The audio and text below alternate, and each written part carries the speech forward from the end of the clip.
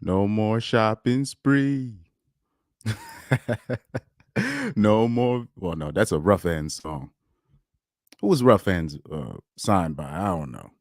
I don't know. Brother Love had anything to do with that.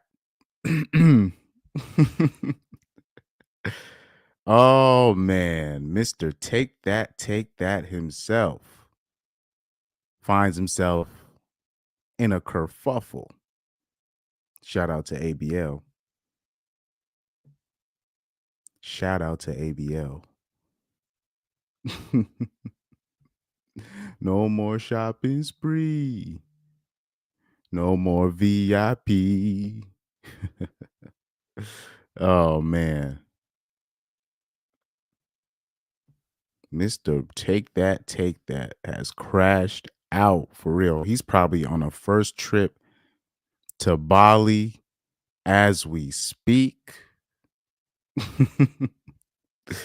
Here we go. Here we go. This is a better full screen right there. Here we go.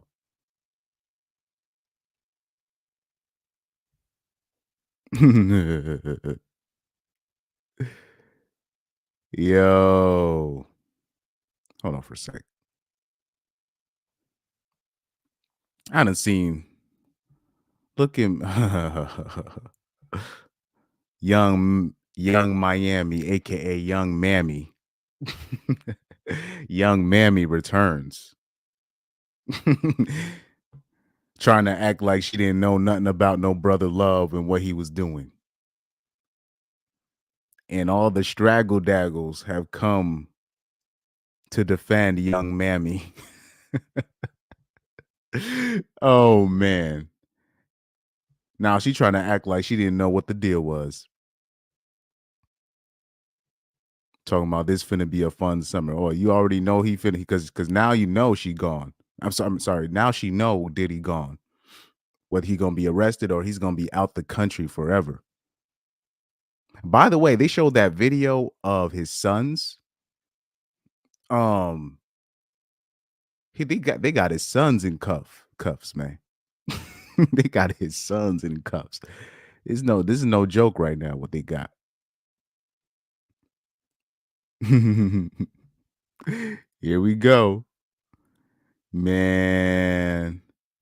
Well, I wonder what man. Young Miami finna. They was acting like Young Miami was winning. Sorry, Young Mammy was winning. Man, I already. But I'll explain later with that Diddy situation. I'll explain later what I think all that's about. Now, by the way, I don't want to hear nobody doing no revisionist history on me in the future. Rocky, what's up, bro? He said, why did they raid him? Why?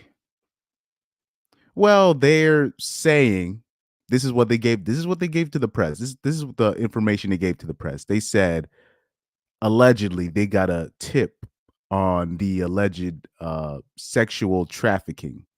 They got a tip on that. Allegedly. That's what they said. So they brought Homeland Security on. But I don't it's that's the cover story. I think it's way deeper than that because the scripts they already showed you like the investigations and whatnot. I believe because Diddy's a plant. He's obviously an industry plant. But what happens with when you're dealing with industry plants, these people, Epstein's like when we're talking about Jeffrey Epstein and his list, right? Oh, let me not say his name. I forgot. When you're talking about these lists that come out, right? Um, Many people have celebrity black lists are not just limited to Big J. People did the research on the male escorts that came out against Diddy, a lot of the people that came out against Diddy, and they're starting to people started doing the backtracking research and all that. And they're showing that he's connected to a lot of unsolved cases, connected to Michael Jackson when he was going through his thing. Like they are really people, the normies are starting to put two and two together when it comes to this guy. And in terms of that, then they found out that Diddy has his own, he would invite the celebrities to his home to have his freaky parties, but he would have these people videotape. That's what they found out about this guy allegedly. So and so he had his own list. Diddy had his own type list that if people found out who was connected, like people already finding out that Meek Mill and Usher's connected to it, and people already losing their mind off that. When it comes to industry plants, there are people in higher ups that are connected, right? So there are people higher up than Diddy that Diddy probably had connections to sexually, or they hooked him up with something. He hooked up his bosses with something. So this is what I think this raid came from. I think there are people higher up than Diddy that made a certain call to Homeland Security to do a sweep up job to make sure their name is not connected to this mess. That's what I believe. You know, this is more than just alleged sexual trafficking. Way more than that. He said Usher one seems obvious. Well, you know, like I said, bitches still love Usher, mind you. And they say he allegedly has the bumpy disease, allegedly. So that that don't stop nothing. That don't stop nothing. And don't let the straggle daggles confuse you on Instagram, Twitter, and whatnot. I still remember the tweets that Diddy would make certain tweets, and there used to be women in his mentions talking about, what can I do to be your side chick? I seen what you did for Young Mammy. What can you do for me?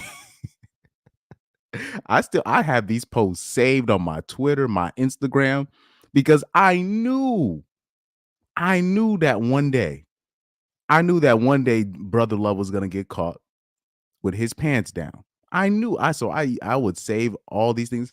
You know what this reminds me of? Like, because I save these things because I always see these things coming. Normies are too predictable. So I'm gonna give you a soccer example. So 2 years ago, before Cristiano Ronaldo uh, moved back to Manchester United from Juventus, there was they like a really credible agent or very credible news source put it out there that Cristiano Ronaldo was going to return to England, but he was not going to go back to Manchester United. He was going to go to Manchester City. That's what they said on the report. And the way they made it look, it seemed final. Now, for some reasons, the normies took that and ran it to the bank. But I was like, whoa, this is not even final.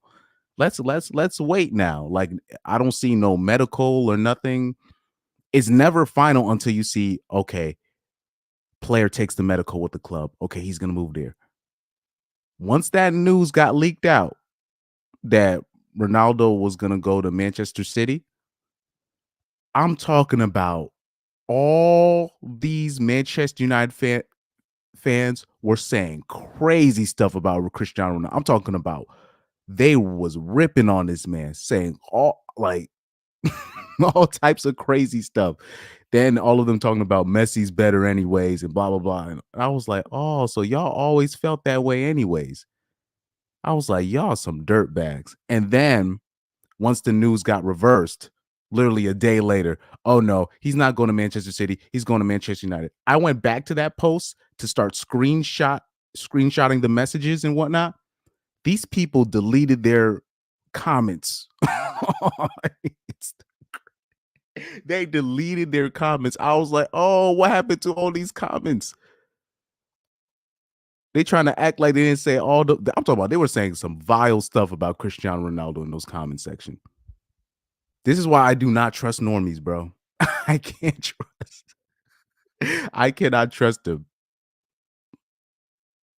But yeah, Straggle Daggles used to love Diddy. Just to let you know, they would always use him as the perfect example. You see, all he's has a great relationship with his baby mothers, and like I'm talking about. I remember a Straggle Daggle try to use Diddy as an example of why men, why no men should be having problems with their baby mothers, and I was like, clearly you don't do no research on Diddy. Do you want to know what happens? Like, do you want to know the real reason why Diddy had no trouble with his baby mothers? Do you really want to know the real reason? But I was just like, yeah, people are lost. People don't understand how the game works. Look at just I'm pretty sure people are going to start putting two and two together what happened with his recent baby mother that passed. What's her name? Kim Porter, whatever. Like it's pretty obvious what happened, but I don't want to say anything. I don't want to get sued, but it's pretty obvious what happened with that situation. But like I said, the normies, they just take too long to to realize certain things. But anyway, before I even get into the juicy details of the raid, let me start making jokes. Let me start making jokes. Let me start making jokes. Anybody seen oh,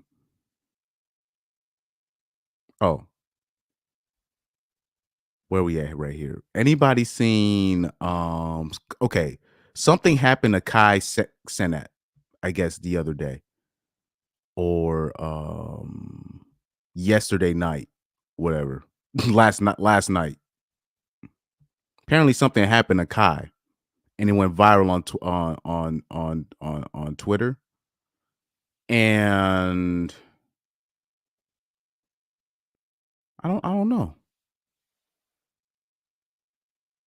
They said that he actually asked out Tyler and he got put on the friend zone in front of everybody. I don't know what was up with that. I don't know what was up with that. Let me see if I can find that. Actually, let me see if I can actually find that. Because they said like they had the video of the whole stream. Oh, here we go. I clicked the wrong thing. Fair use, by the way. Fair use. Fair use, by the way. Let's see. So I can't do Zoe. So my only option is Tyler. Would you like to go on a date with me? Are you asking for real? Yeah.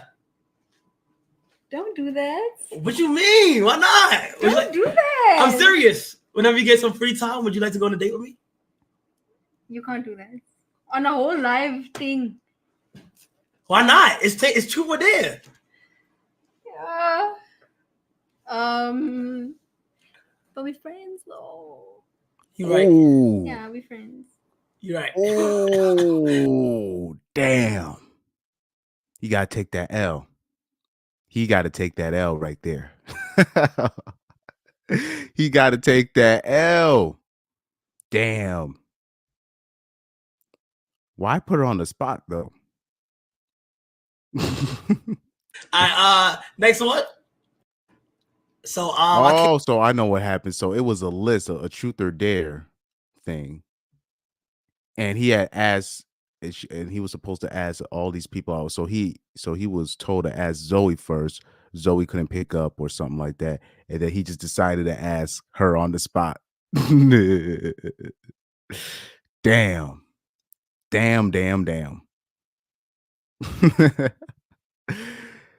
But yeah, I'll say this too, though, because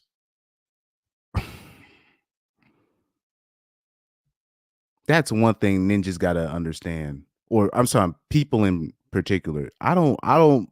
People get mad at girls when they say no, but at the same time, I'm not in belief that you should be putting women on the spot like this for when it comes to these kind of things. I don't believe in putting women on the spot like that. I think, well, maybe you have to, because post Me Too era, you're not trying to make yourself look like a creep, uh wait until you guys are only alone, and then she ends up lying about what happened and whatnot. So I kind of understand that way. But me personally, nah, don't ask them out in public. Like not like or I'll put it like this: the guys that be trying to do those public engagements, you and your girl better have already been to pre-marriage counseling before you even do something like that, in my opinion. Because I'll see these things, or it'll be like a guy, he asks a girl to prom in public, but you guys know you're not that guy. You're not that guy. I'm sorry. You're not on the if you're not on the football team, you're not on the basketball team, and you don't got no real status like that for real. Don't put yourself through that pain. These bitches be setting up whole things. I'm like, bro, you're just not that guy. I'm sorry. And there's nothing wrong with that. There's nothing wrong with that. There's nothing wrong with that. You know what I mean? Just do it the old fashioned way. Just ask, and just if it don't work out, and don't work out. But this whole thing where people will be gets put in public, and then people are mad at the girl because she said no. I'm like, she don't got to say yes. And the dudes will be like, and the dude will not be. You're not where you are, because most young men are not where they need to be physically in like high school, especially when you're talking about high schoolers, teenagers. I'm not saying don't ask girls out, but try to do it like everybody else. Just ask privately. You know what I mean? You don't got to do a whole grandiose. That's for the popular kids. That's for the that's for the jocks. That's just my opinion. That doesn't make me like, I don't know if people want to call me a bootlicker for saying that, and what's it a popular is guy. I don't know what the term would be, but try not to put girls on the spot like that, especially when you know you're not that guy. Not in public. Not in public. You know what I mean? You well, because you'll be surprised the results you get when you just save things for the low. You know what I mean?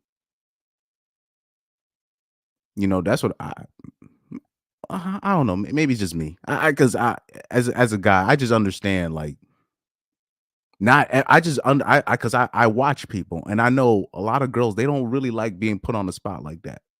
They don't. Even if it is a Chad or a Tyrone, they don't want to be put out there like that. You know, I think people look at the when women say that they're like strong and independent, or they're brave, and not really. That's just for show. You need to be a bit sensitive to her being a female. You got to realize this is still a female, right? You got to understand. And I'll say this, Tyler doesn't seem like the type to be want to be put on blast like that about her private life.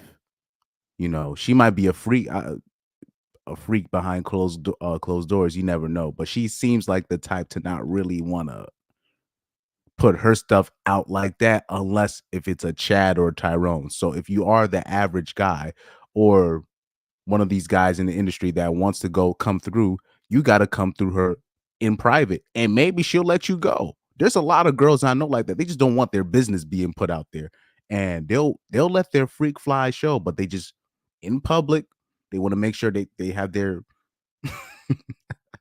hold on, let me give you guys an example. Let me give you guys an example, because I think men need to be sensitive to these things sometimes.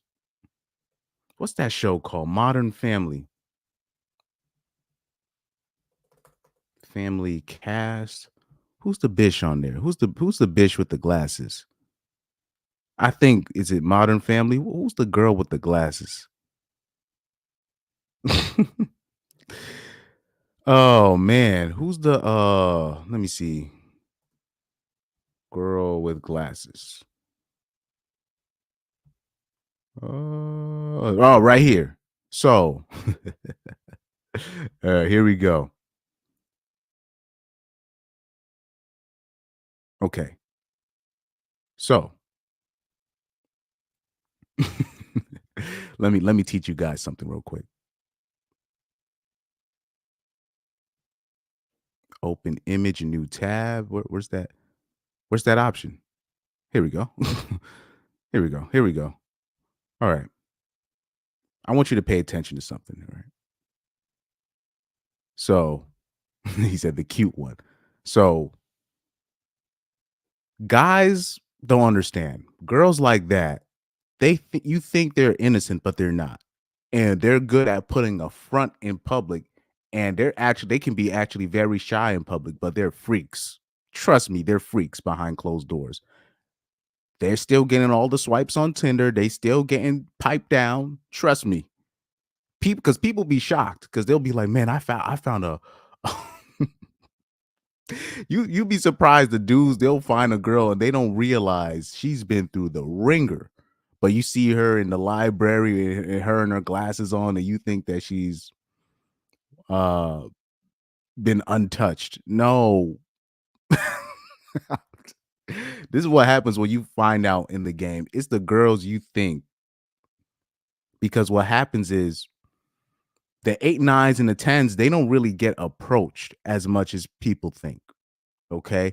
It's the fat girls, the mid girls, those girls get the most approaches. The ones that you think are 5s and 6s or who are fat, they get the most approaches because guys want to aim low rather than aim high in terms of when you're talking about approaching girls in public, right? Or thinking that, oh, let me wife her because she's a 6 or she'll be low key. You know what I mean? But unfortunately, a lot of guys don't understand. They don't a lot of guys can't put 2 and 2 together. These be the biggest freaks out there. The ones that look like that, trust me.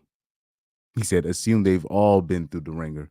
But like, yeah, most guys, they have to learn the hard way.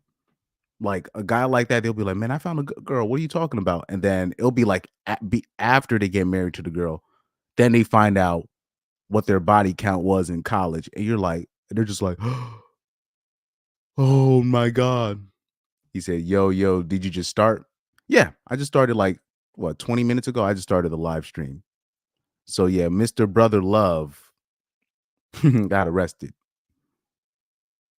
He said, I learned this after high school. Dude, like I learned this low key during high school, but it didn't RP me. That still didn't really red pill me. But I did notice in high school that basically most of the girls, I would say, like I'm telling you, after age 16, there was probably like no female virgins left at that high school at the high school I went. And I'm not saying only the jocks smash, but I was like, wow, that's I used to be like, wow, that's interesting. Like I'm talking about any girl with some kind of a social life after 16 at my high school, no virgins left. That's what I noticed. So that's why I used to be like, when people ask me, what do you think most women lose their V card? And I always start 14 years old due to my high school, because I'm like, I know if that's happening in the suburbs, I already know it's lower in the hood, right? Now, the older I got, but I just accepted it as, well, that's life. I can't force a woman to do what what they need to do. That I just accepted it as, oh, it's just part of life. You know what I mean? I already accepted that you can't be surprised if a woman had a high body count. When I was in high school, I didn't look at it as a bad. I just look at it like, well, it is what it is. I missed out. You know what I mean? But it's not until like college that's when I started putting two and two together, who they're getting smashed by. You know what I mean? And then on top of that, you know, because I did play soccer in high school, and I did happen to know other athletes. I knew a lot of the more popular kids, but I was still a loser in my opinion. I still, because I didn't like to hang out with anybody, but I knew a lot of these guys. So in my circle, all of those guys got laid. You know what I mean? They all had girlfriends. They all had hoes. You know what I mean? I knew one specific dude. He had hoes. Hoes. I knew one dude that was a very nice dude. Basketball player that I ended up going to the we ended up going to the same college, but I think he was 1 year older than me or 2 years older than me. Really nice dude, but he at one point he was going out with the two hottest, like, um they weren't white girls. He was going out with the two hottest brown girls at my high school at the same time. Like, they were both going out with him at the same time, and they knew about each other. I don't think it lasted, but they were all going out at the same time. But he was like, he was a Tyrone. He was like the dude's like 6'6" basketball player. So that's how it works. So this is, these are just things that I accepted, but there was a lot of things I didn't know. That, like, I didn't realize it was literally like, okay, all the 304s done been smashed out, but it's literally like only 10% of the dudes that are doing all the smashing. I never put 2 and 2 together on that end.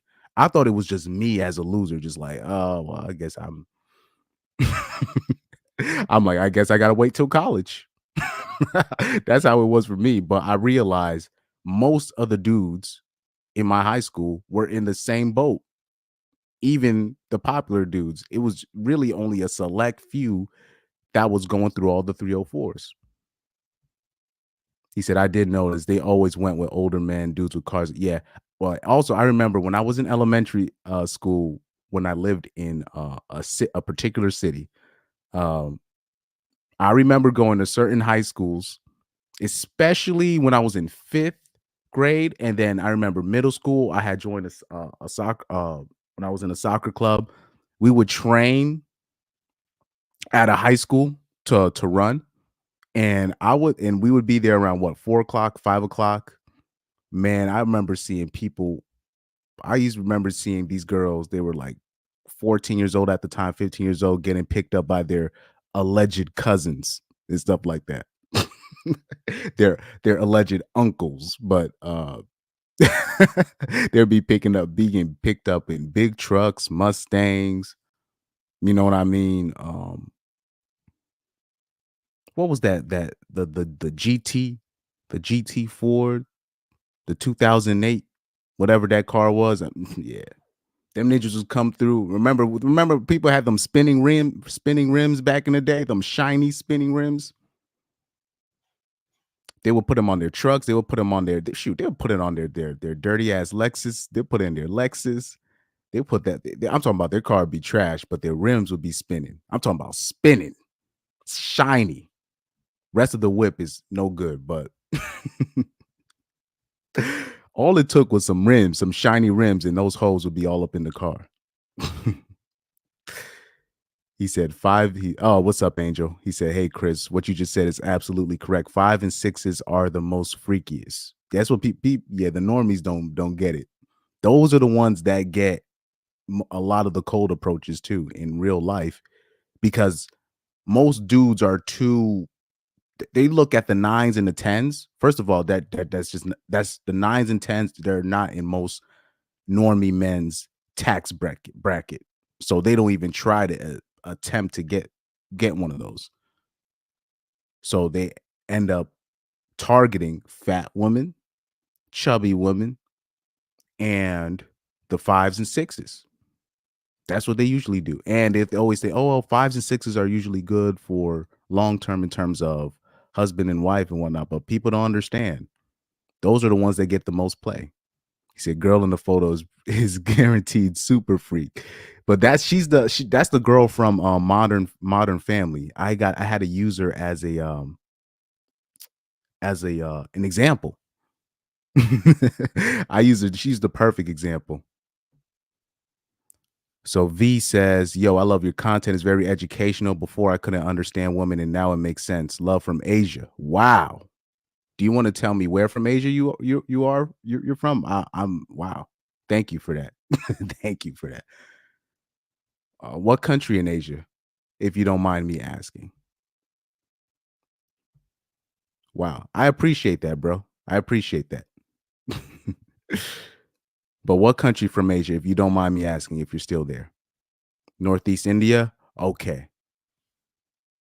That's very interesting. I would never think I'd have somebody in Asia watching my content, but thank you, man. I appreciate it.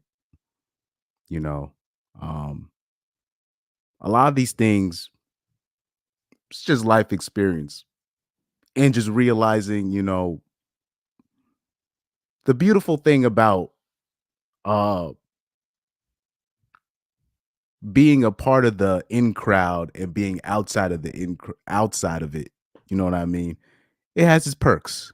It has its perks. Like I said, I remember me watching Corey Holcomb, the comedian Corey Holcomb. He watching his comedy changed my life, and watching his 5150 show changed my perspective on things. And me going through college, being on college campuses, changed a lot of my perspectives on things. Like I remember last year, one of my old college roommates, he had a I don't want to put his business out there, but he had a going away party from CT, from Connecticut to, and he ended up moving to Atlanta. And I remember going there to the party, and there's a lot of lessons. I gotta do a story on that, on just that day in particular. But I go to the party, and he explains the situation why he ended up having to leave from Connecticut to Atlanta. And we had already talked about it previously, but he gave me more in-depth details. But when he told everybody else that, oh yeah, I know this kid. Oh yeah, he was my college roommate.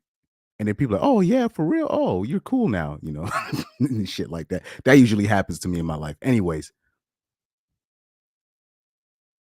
his story on why he has to move from Connecticut to Atlanta. He ended up meeting a girl at his job, right? He ended up meeting a girl at his job. Um, they were going cool. He thought they were a unit, which is a mistake. And he wanted to take things a little bit more serious with her. And then she brought up that excuse because it was a white Albanian chick, right? And she used that excuse. Oh no, my parents, they don't really like black people. She pulled that bullshit, right? Even though that's cap. That's cap. By the way, I already knew once he said that. I'm like, oh, she tried to pull that bullshit. Anyway, comes to find out on the day of the party, because we talked about it previously, on the day of his going away party, he reveals to me that that girl was already sleeping with other dudes in the office. And she kind of made him look crazy, kind of put him out there to he basically got him hung out there to dry, and it kind of embarrassed him. Now, I was so mad when he told me this, because before that party, I didn't really talk to my roommate for like what, a year or two, because you just lose contact. He's still my guy, but we just you lose contact after a while. We after like basically after 2019, we lost numbers, or whatever that may case. I just happened to reach him during when he was going through what he was going through.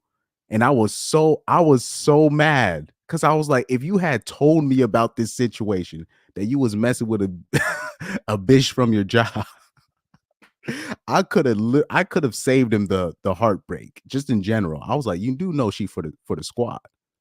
I just wish he told me. Now, mind you, the dude I'm talking about, he's a Tyrone. Well, physically, he's a Tyrone, right? He don't have problem getting women, like, at all. But what happens is sometimes people just need some kind of advice, something to, or a different perspective. If he had told me if I had been in contact with him earlier, I could have saved him the heartbreak. I could have saved him like the whole heartbreak. Do you know how many like dude, you I was like, bro. And also another thing, that particular day, I told him about how, oh yeah, it's been a year. I started my YouTube channel and blah blah blah. And he was like, "Oh yeah, so I saw your video about how we were the college video when that those girls came into the college room and changed your life." I'm like, "I cannot believe you still remember that story." And I was like, "Yeah, bro." Like, I'm like that perspective changed how I really look at women. Ever since that day in college when those girls came into our room and try to ruin everything. Ever since then, anytime a woman says that something happened to them or they got into a situation, I'm always like, okay, what did you do? I've never been afraid to ask women, what did you do? Ever since that day. Ever since that day. My RP original story. But anyways, let's go back to let's move on to the next topic before we go back into brother love. Before we get back into brother love, I want to switch to um Drake. This guy here. I want to switch to Drake real quick because I want to make a joke about him real quick. I want to make a joke about Drake real quick. So, anybody that knows what's happening to Drake, so apparently Kendrick Lamar dropped a diss track on him, right? Um well, not really. It was a he was Kendrick Lamar was featured on a track with Future. And he kind of dissed Drake, I guess. Now, everybody that knows Drake, the last beef, rap beef that he got into was with Pusha T, and Pusha T destroyed Drake. And basically, I'm talking about Pusha T's diss track to Drake was so good, so damaging. Number one, he basically forced Drake to be a father to his uh his kid that he was trying to distance himself with. Number two, he basically ruined his fashion line where he was going to introduce his kid. Number three, it sped up the process in terms of cleaning up the porn star that he was with. So his team had to go through her catalog, make sure none of her videos were still online, had to make sure, he had to really clean up the image of his baby mother. And it sped up the process on that. And number five, most importantly, people don't remember, but the Pusha T, the story of Adidon diss track, in the first 2 or 3 weeks, it had upwards of, I'm talking about first 2 weeks, it already had over 20 million views on YouTube.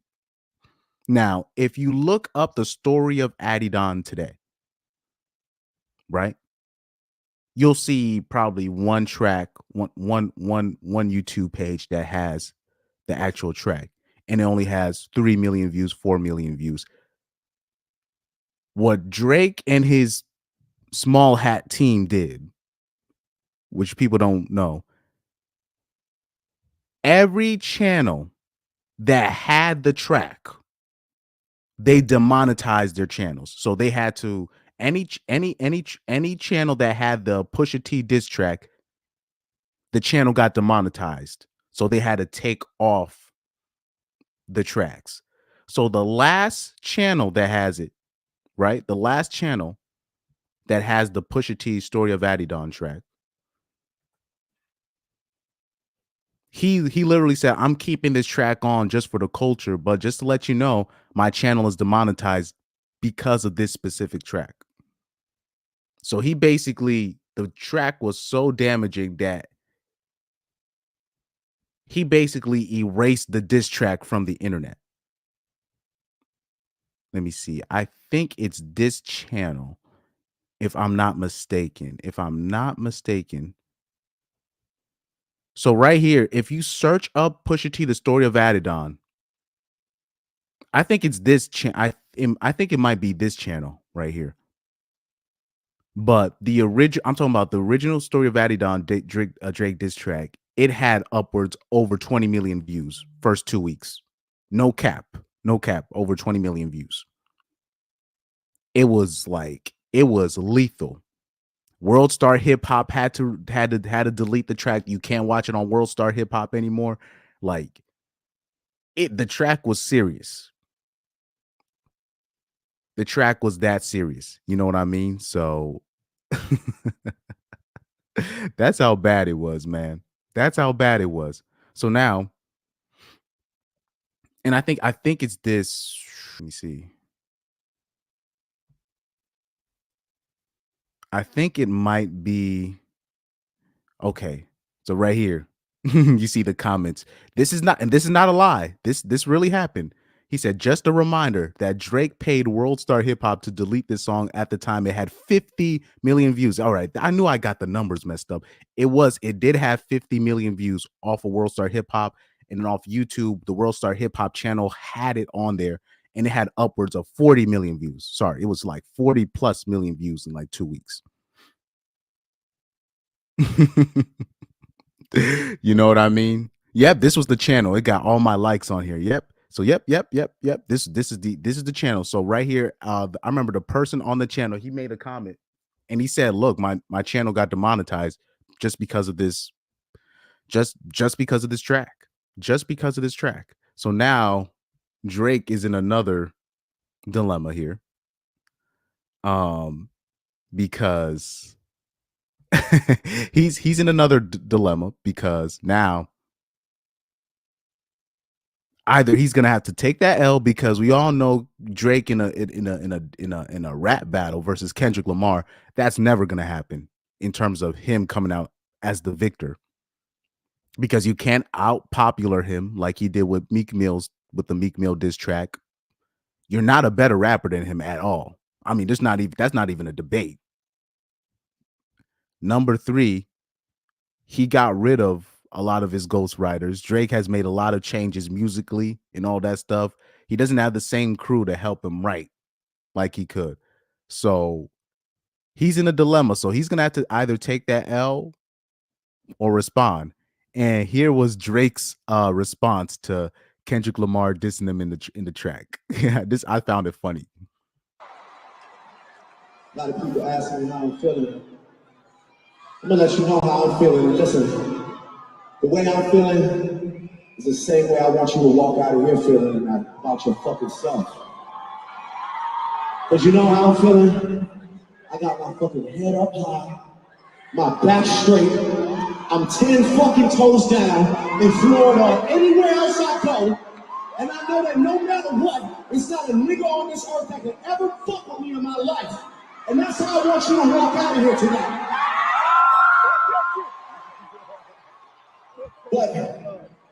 But in order to, get yourself all gassed up, riled up, and move towards the future, sometimes you gotta acknowledge the mistakes that you made in the past, right? Right? So this is what I want you to do. Everybody in here. A lot of people ask me how I'm feeling. I'm sorry, Drake. You know what this reminds me of? You know what this reminds me of? Do you guys remember this? Hold on for a sec.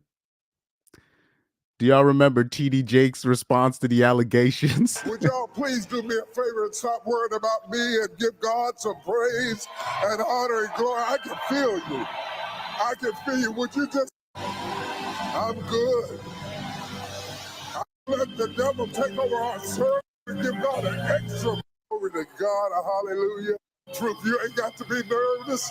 You ain't got to be uneasy. You ain't got to be... I feel closer to the Lord than I ever have. Hallelujah. I feel enough power in the blood to cover all kinds of sins. Oh, man. Let me see. I don't think this is the video. But do you remember TD Jake's video when he was talking about just log off. Just log off. I gotta find that video. That video was hilarious. He said let me see. TD Jakes says log off. Where's that video? I gotta find that video, man. That response video was hilarious. Oh, they deleted the clip. Oh, that's how you know. That's how you know. Out of concern, some of you come in to hear what I'm going to say. All of you who expect me to address a lie, you can log off.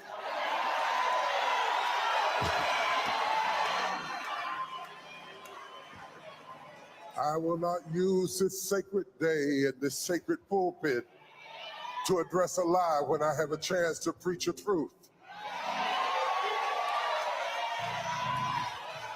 I will stand straight up, head up, back straight, and preach the unadulterated, infallible word of God. Doesn't that sound familiar? Doesn't that sound familiar? Right here. I'm gonna stand up, head straight, 10 toes down. That's exactly what Drake said right here.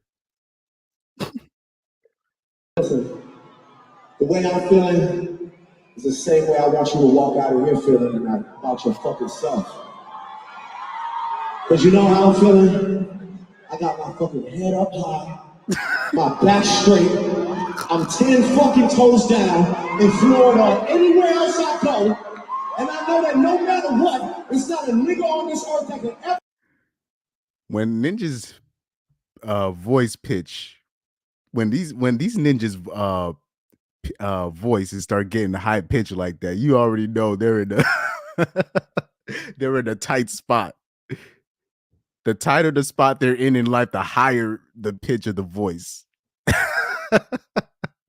As soon as Drake said that, I was like, this sounds exactly like what happened when TD Jakes got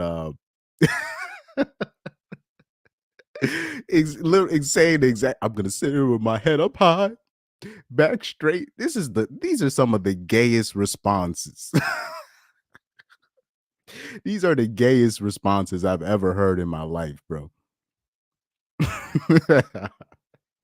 So off that response alone, I'm like, yeah, Kendrick won. He just won.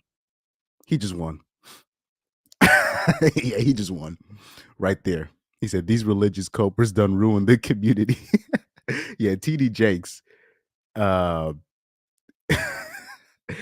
sorry, TD Fakes. I can't be saying his TD Fakes. You know what I mean? He is what he is, man. He's a great hustler. He's a great hustler. You know, there are some musicians, right, that, you know, I know people are connected to. I know that they make some good money off that church hustle. I don't want to ruin their hustle. Anyway, Angel said Pastor Drake. And right here, hold on. Carlos X comment right here. He said, I find that 10 toes down phrase to be very feminine. Same here. Same here.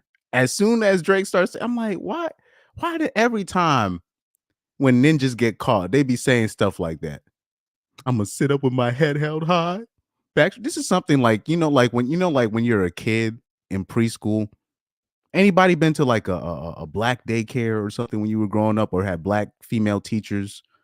Like you were crying as a kid, and then the female black teacher would be like, hey, no, you got to keep your head held high after you lost the game or something. Nope, you got to keep your head held high, back straight.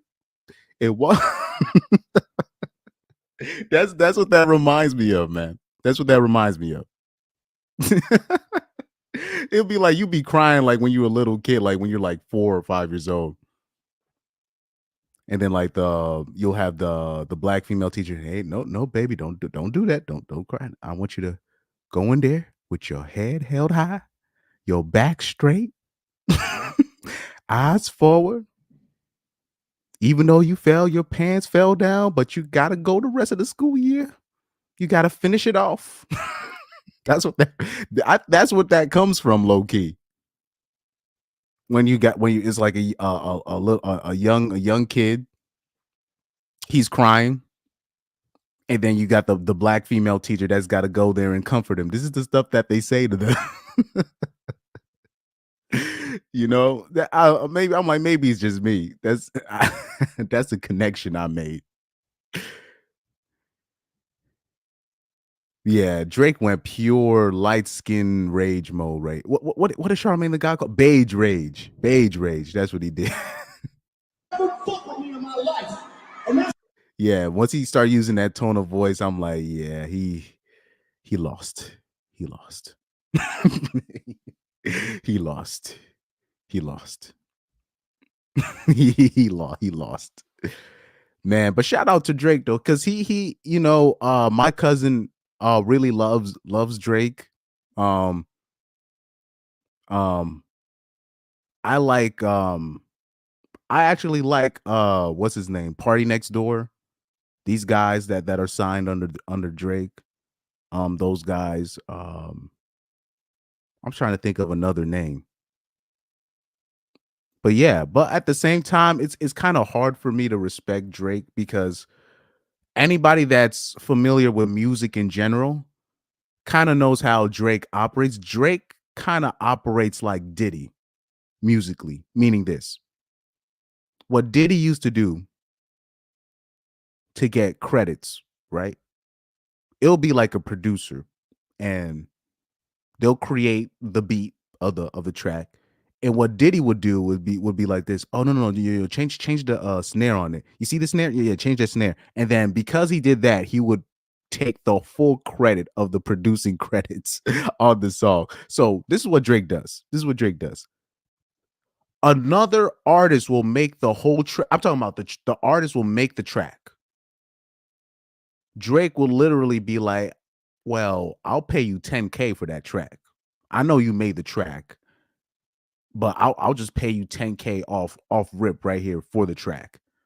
And what he does, he'll just add his one verse. He'll add like one verse to it and say that's my track. And I mean, like, he didn't even come up with the concept. And we all and obviously we know, like, you know, artists don't produce most tracks, but they do have a, like, they'll at least be like, they select the beat, or they'll select the producers that they'll work with. The track will be already done, and Drake will just put a verse on the track, and then it's his verse. I mean, it's his song. That's what Drake does. Like, in Take Care, he has at least 3 or 4 tracks on there. Let me look up the list real quick, because I'm just gonna show. I'm not lying about this stuff. Drake, Take Care album track list, because you know I know about a lot about this stuff. I'm not an expert, but let me give you guys an example. So right here, Crew Love, the song Crew Love that he did with Weeknd, that's the Weeknd song. The song was done. He just added a verse on it, and then he put it on his album. That was a track already. It's one thing, like when, you know, obviously beats get passed around between artists and artists. I know that. I get all that. But what would, like, the artists under him, like artists that would be underneath, like Party Next Door, for an example. A lot of the songs that people hear, those were his songs. It's just Drake was just like, let me just have that song. I'm talking about no collabing with the producer, no collabing really with the artist. He just hears the track. And he's like, oh, let me just make this my track, and I'll just pay this off right now, and this will be my track. Was it Crew Love? What other song that really wasn't his? Let me see. Practice, The Real Her. Okay, Underground Kings. I got inside information from Underground Kings. That's not, I'm talking about that song. I mean, no, not Underground Kings, not that. Sorry, Lord Knows. That's what I was thinking about. Lord Knows, the song Lord Knows. Yeah, Lord Knows. That was, he had help on that song. I got inside information on that, and he had help. He had help on that song. a lot of the battle, I'll just say it like this. There's a lot of battle rappers out there. A lot of battle rappers that you see on Smack URL, you people be thinking they're broke. They're not. They write for a lot of artists. They ghost write for a lot of artists.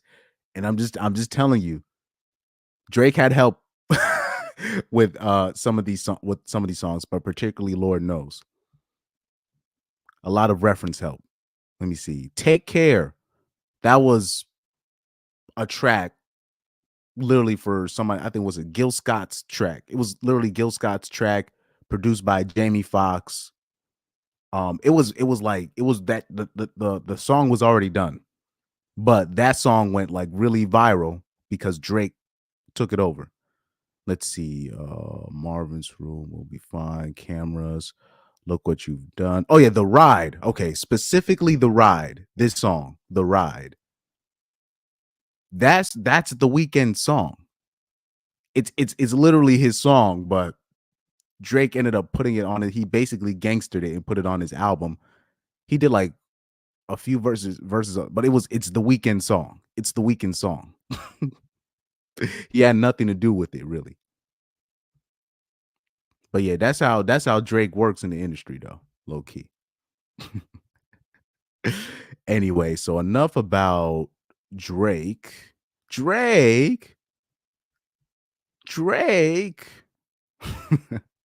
But anyway, let's go to Brother Love.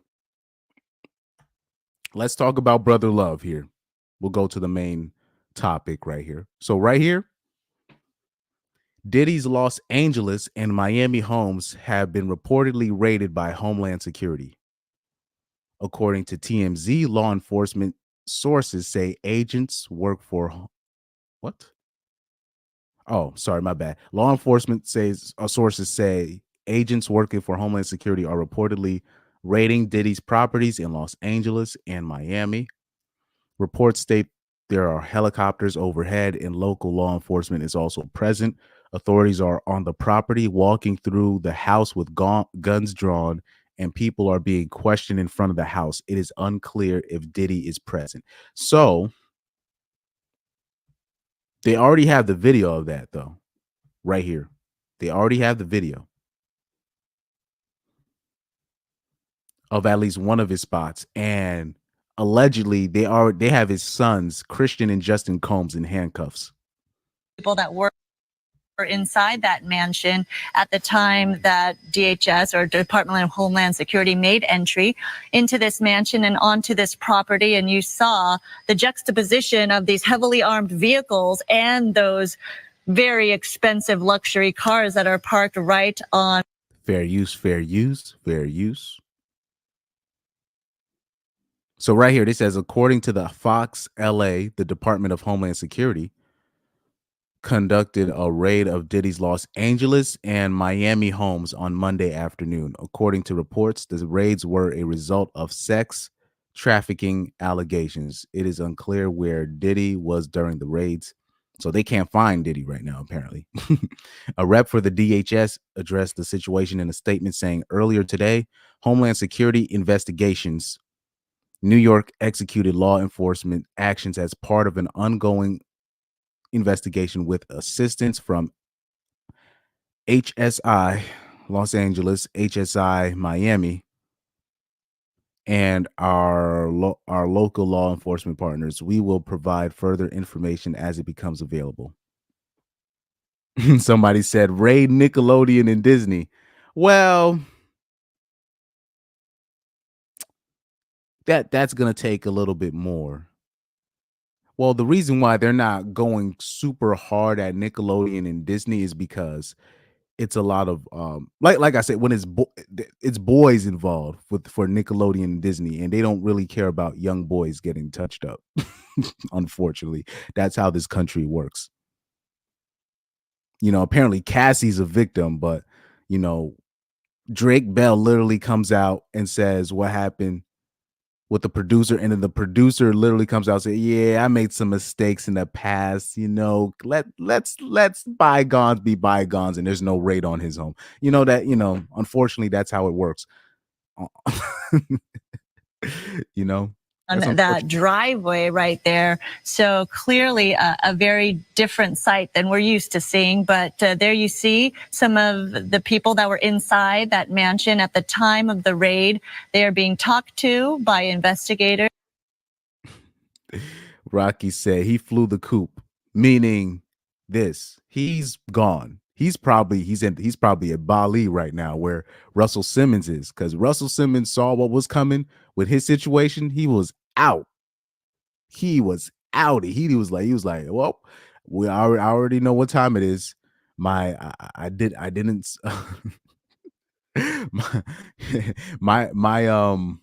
my secret society subscription is canceled. Let me be out of here before I get caught. He said, let me be out before I get caught.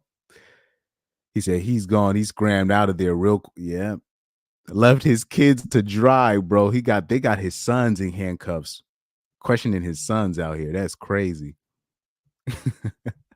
By people from the Department of Homeland Security. I could see they're getting their pictures taken as well. So maybe they don't know who they're looking for or who they have in front of them at this point. But again, part of the process of gathering information as to who in particular was. Yeah, those are his sons. Yep, those are his sons. That's Christian and Justin Combs, all right. Christian on the left, Justin Combs on the right. Yeah, that's his sons. On the grounds at the time that they made entry during this. And I don't know who the dude is on the ground. That's probably like a bodyguard or something, but damn. Raid. So if we do have a vantage point from the ground there, I'm not sure if we have a ground people that were inside that mansion at the time. Damn, man. Mr. Take That. Mr. Take That, taking that L. Mr. Take That is taking that L. Anyway, what else could I use real quick? Oh, okay. So right here, remember when all the straggle daggles was praising Young Miami for being Diddy's side chick? Angel said, some father. And by the way, Angel, it's funny that you mentioned that. I remember straggle daggles were trying to lecture me on how great of a father Diddy was. And like I said, straggle daggles, they don't understand how much of a monster Diddy was. Meaning they would, like, anytime like celebrities were having trouble with like child support issues, they would use Diddy as the example, but people don't understand with Diddy's situation. Some of his baby mothers would, let me put it, some of them would be taking certain paid hiatuses where certain baby mothers would go missing, or they would end up disappearing somewhere. I don't know where. But the straggle daggles, they always love to lift them up in the air. And I used to have to educate these people, like, do you understand why Diddy was able to have that child support and baby mama stuff under control? Like, I'm like, these people don't do their research. Anyway, I still remember where people were praising Young Miami for basically being Diddy's side chick. And now they're shuffling. And Young Miami's acting like she didn't know what the deal was. I like to call her Young Mammy, though, for short. Young Mammy. I don't like to call her by her name. We're going to call her Young Mammy on this channel. So Young Mammy. They say, where's Carisha at? Right here. What's up? Nah, she been in hiding ever since Diddy got all them allegations. And let's keep it real. She knew what was up. She knew what was up too as well. I can't wait for her story to come out, and she's going. Once they bring her in for questioning, then she's going to say she's a victim, similar to Jocelyn Savage with the R. Kelly situation. That's a whole other story for another day. Carisha. Oh man, she better stay low as well. Facts. Some people was in the comments. I'm like, you better stay low because they really should be questioning. They really should be questioning her too. She definitely was. Oh hell no. Oh my God. So right here, this is that BS right here. This is that BS right here. So they saying Cassie's lawyer releases a statement amid Homeland Security raiding Diddy's homes. Now this is what I'm talking about right here. Cassie, if you're listening, you're not a victim here. You were a full participant with the fuckery when it came to Diddy. You and Diddy was working hand in hand on that end. You low key was Ghislaine Maxwell on the side chick side of the game. You was on that. You knew about the blacklist. You knew about the certain list, the celebrities connected, the blackmail. You was in on it too. Now, because after all those years as being Diddy's most loyal side chick, you didn't get what you wanted out of the deal. You know what I'm saying? Now that you supposedly moved on with your personal trainer, right? With the personal trainer that Diddy hired for you. Now you wanted to bring those lawsuits on him so you can get one last payday out the dude. Now you trying to act like you was a victim in this. Nah, I'm not. Let's not do that. She was a full participant. Low key, I'm pretty sure she's an accessory to a lot of the BS that Diddy was doing. And let's not act like she couldn't leave or what. Man, stop. He forced me to have sex with those male escorts that he hired. Man, stop it. Man, remember when Cassie came out with her story? I'm like, this is not a victim story. This is a participant right here. But anyway, let's read Cassie's lawyer statement. According to Rolling Stone reporter raid. Oh, I probably got to look up the actual article for that. Cassie.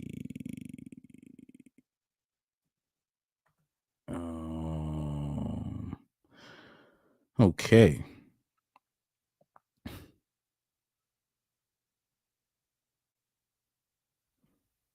Let me not. Oh, okay. So this is okay.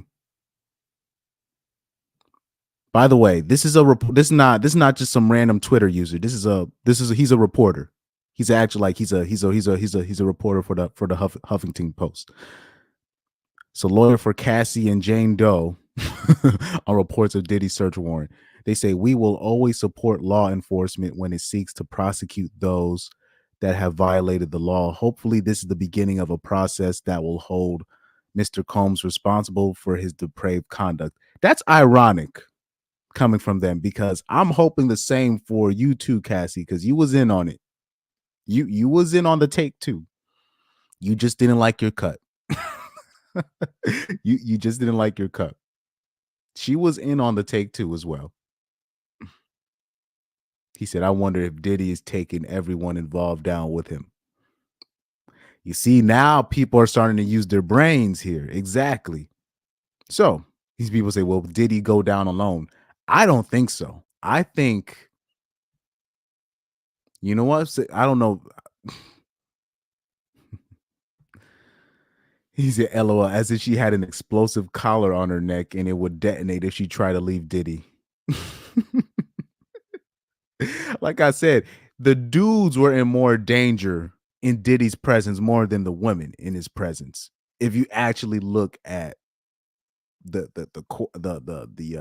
scripts, the transcripts that came out on these situations, when you look at Diddy's behavior in public, dudes were in more danger in Diddy's presence, really more than the women. But really, Diddy was a predator to all, to be fair. You know what I mean? But in terms of Cassie's case, she was a full participant. A full participant.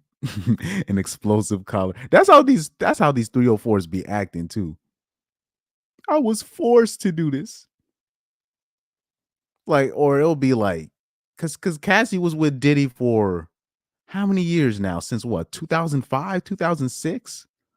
Right? So that's about what? 18 years, something like that. You see, because Diddy took her in when she was like what, 19 years old, so when she was young, and he used her as he did fit. Clearly it showed that he was never going to marry her anytime soon. Brother love wasn't that brotherly love in turn. I'm sorry, brother love wasn't that lovely in that sense. um Clearly was never going to marry the girl. Cassie ends up moving on. Diddy thought, oh, okay, we're broke up. They've had breaks before too. They've had breaks, and then she came back to him because she ran out of money on multiple occasions. But after they broke up and after Cassie moved on with her life, she found her husband, right? Was her personal trainer, and she ended up having a kid and all that stuff. And now 1 or 2 years later, now you're coming out here with a case on Diddy. People have their conspiracy theories on that too. Like, um, Chronicles of Judah would talk about stuff like that. Where we talk about, I'm gonna give it a different name. I'm misspelling the word on purpose. KM Ultra. KM Ultra. I'm saying that on purpose. I'm saying it backwards, guys. I'm saying it backwards. KM Ultra. Do your research on that. I'm saying it backwards on purpose for algorithmic purposes. Do your research on these things. Do your research. I said it backwards on purpose. Do your research on these things. So that's also another part of that. But let me zoom in on one of these comments real quick. So right here, you see the comment. It says, I wonder if Diddy is taking down everyone involved with him. This is where Homeland Security gets involved. Okay. This is my theory. And I said it in the beginning of the show. The normies are now starting to put two and two together when it comes to Diddy and his connection to all the celebrities and the connections that there are, and also the people that are higher up than Diddy that place Diddy in that power situation and the connections. Yeah, Rocky. We got to put that for the normies, So there are people in higher ups that places Diddy as the guy, right? And on top of that, the normies are starting to put the connections between him and certain cases in the 90s where we talk about Tupac's untimely death, Biggie's death, how nobody knows who killed Tupac and Biggie, all these years later, right? People are starting to put two and two together with that. All the missing cases files from the 90s, early 2000s, blackmail, sex tapes, those freaky parties that the celebrities go to, how allegedly Diddy had these people taped. There are people higher up than Diddy that are connected to him. So this is my theory on that. With all of that being said, I believe the people, the higher ups, the people that are higher up than Diddy, that are connected to Diddy, they called the raid on Diddy's properties to make sure there is no evidence tying them to Diddy's mess. That is my opinion. Now, what people don't understand when you talk about FBI, Homeland Security, CIA, those institutions are to monitor the normies and make sure the normies stay in line, including the police. They're there to keep the normies in line. But really, there are powers that be that have these people just a quick phone call away, and they can make certain things happen just like that. This is how it works. This is how it usually works. And this is what I believe is happening, because when I'm seeing Homeland Security being involved in these things, and FBI, now they're having a raid of all these properties for what? What are they looking for? This is not over no sex trafficking and all this. No. They're trying to, the powers that be are making sure the properties are clean, making sure that their names are not tied to him, because you never know, maybe if Diddy dies, I'm not wishing death on anybody, but if something happens to Diddy's, everything gets exposed. So when you see that tweet, I think Diddy's going to take down everybody with him. Before he even does that, he's going to probably have to take a dirt nap. You know what I mean? Or they're trying to find out, okay, he knows too much. We've invested way too much in him. We might have to check him out, if you know what I'm saying. So this is the dangers. This is so we're dealing with something dangerous here. Oh man, he said tying up loose ends. Classic. But like I said, people can't put two when you see Homeland Security being involved and all this stuff. What are they looking for? What are you talking about? What are you looking for? You're talking about sex trafficking allegations. What you looking for? Well, you think they're gonna find people tied up and stuff? They're not looking for that. The powers that be are making sure they're clear. Their names are cleared, and they don't know if Diddy's gonna go rogue and tell the whole business about what it really is out here in this industry. You know what I mean? This is what now they're talking about. Oh, we can't find Diddy. Why do they need him now all of a sudden? Tying up loose ends. It's like the mob. It is the mob. It is the mob. What people don't understand, the mafia never went anywhere. They just do different things now. You literally have, these guys have Twitch. They got Twitch streaming accounts. They got YouTube accounts. They got casinos, etc. These people in the mob. They got people. Their kids are in the media. They're news anchors. They're sports analysts.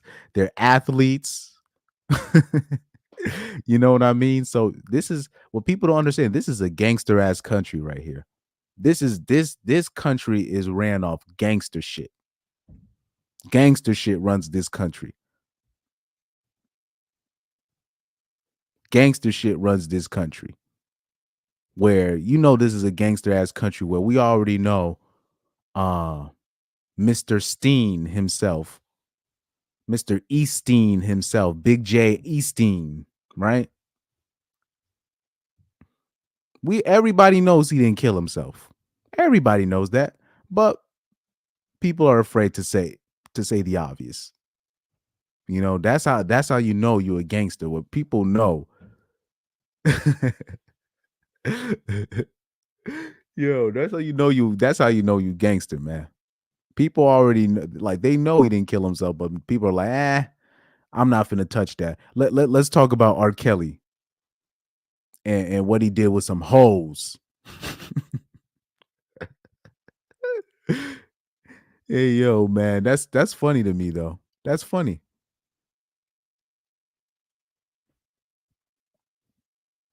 Anyway, let's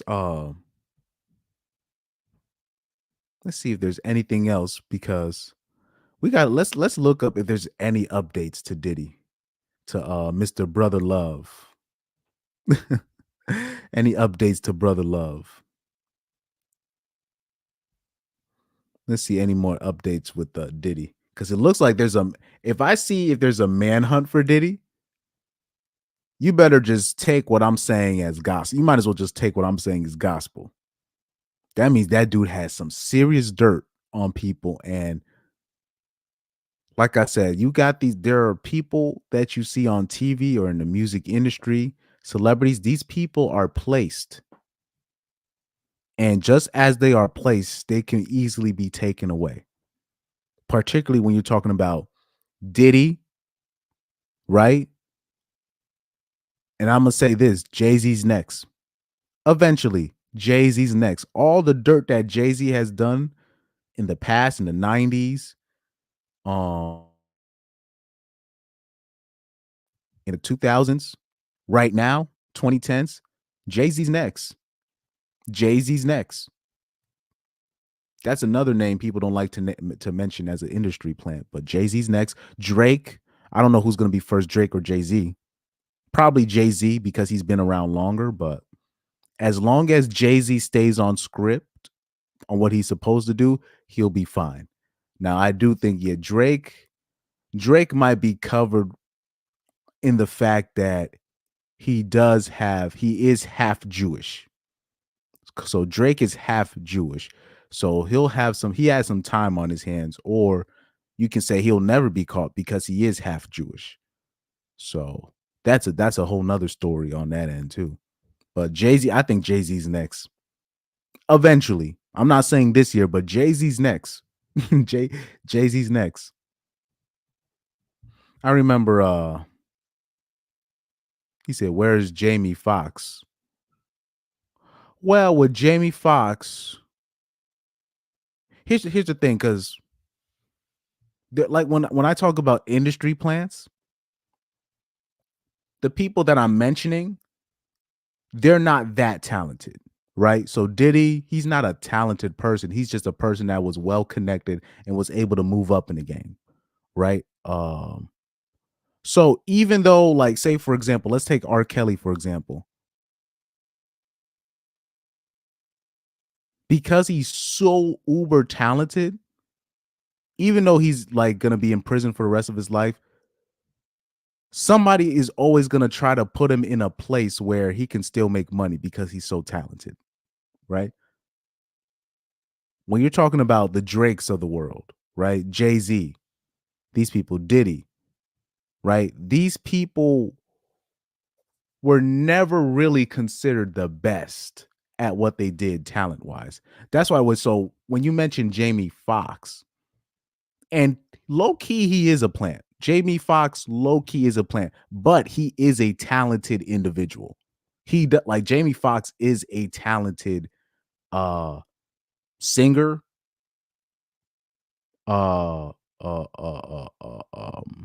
piano player, a celebrity, he's a gifted actor.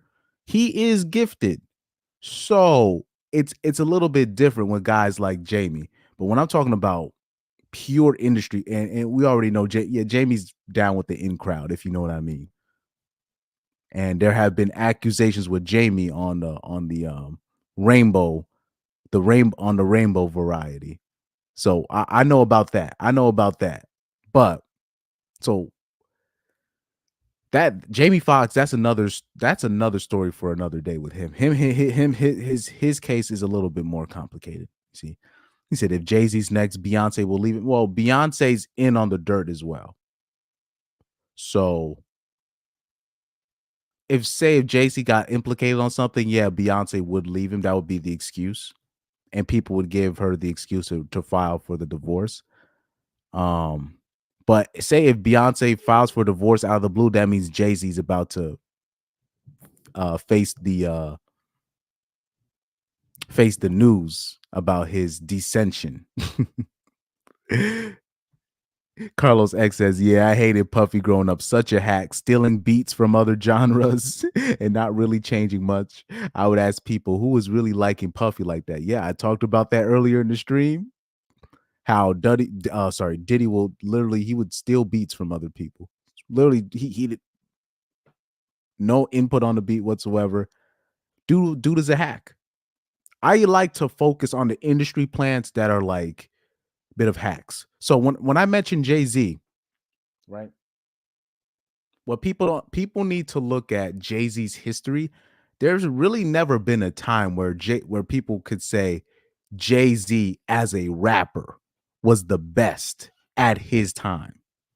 You really can't say that. Not in the definitely not in the 90s, because Jay-Z's been around since early, I think late 80s, early 90s. That's when he first came on the scene. And the people that he was running with, particularly when you're talking about guys like Big L and these people, like he was nowhere close to Big L's level, right? And what's interesting is when you're talking about guys like this, Diddy, these people, they always seem to have weird deaths, right? It always be these people dying around them, and you can never, and it's never really fully explained. This is how you can tell an industry plant. You're just like, so Jay-Z has been placed. That's my opinion, really, on that end. I could be wrong, but I doubt it. Jay-Z is next, and there's nothing personal against Jay-Z, nothing personal. But I'm just telling, I'm telling you, he's next because he's connected to a lot of things. Where I'm talking about, he's connected to a lot of stuff, especially when we're talking about R. Kelly. Or specifically when people want to talk about, oh, what happened to Aaliyah when she was 15 and 16. Jay-Z was smashing Aaliyah when she was underage as well. Allegedly. He was around during that time. Dame Dash and these people, Timbaland, same thing. Even though I don't consider Timbaland necessarily an industry plant, but I'm just saying Aaliyah was a young pass around at that time, and Jay-Z was one of the first suitors around her, but people don't like to mention it. And Jay-Z has been connected to a lot of underage women at that time that people don't like to talk about.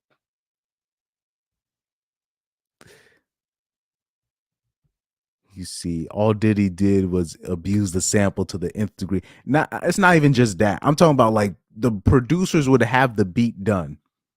He would, and then what would happen is he would literally be like, you want to let's change the kick to this, or let's change the snares to this. Let's just change the hi-hat. And because of him doing that simple change, he would give himself the the producer credits for that.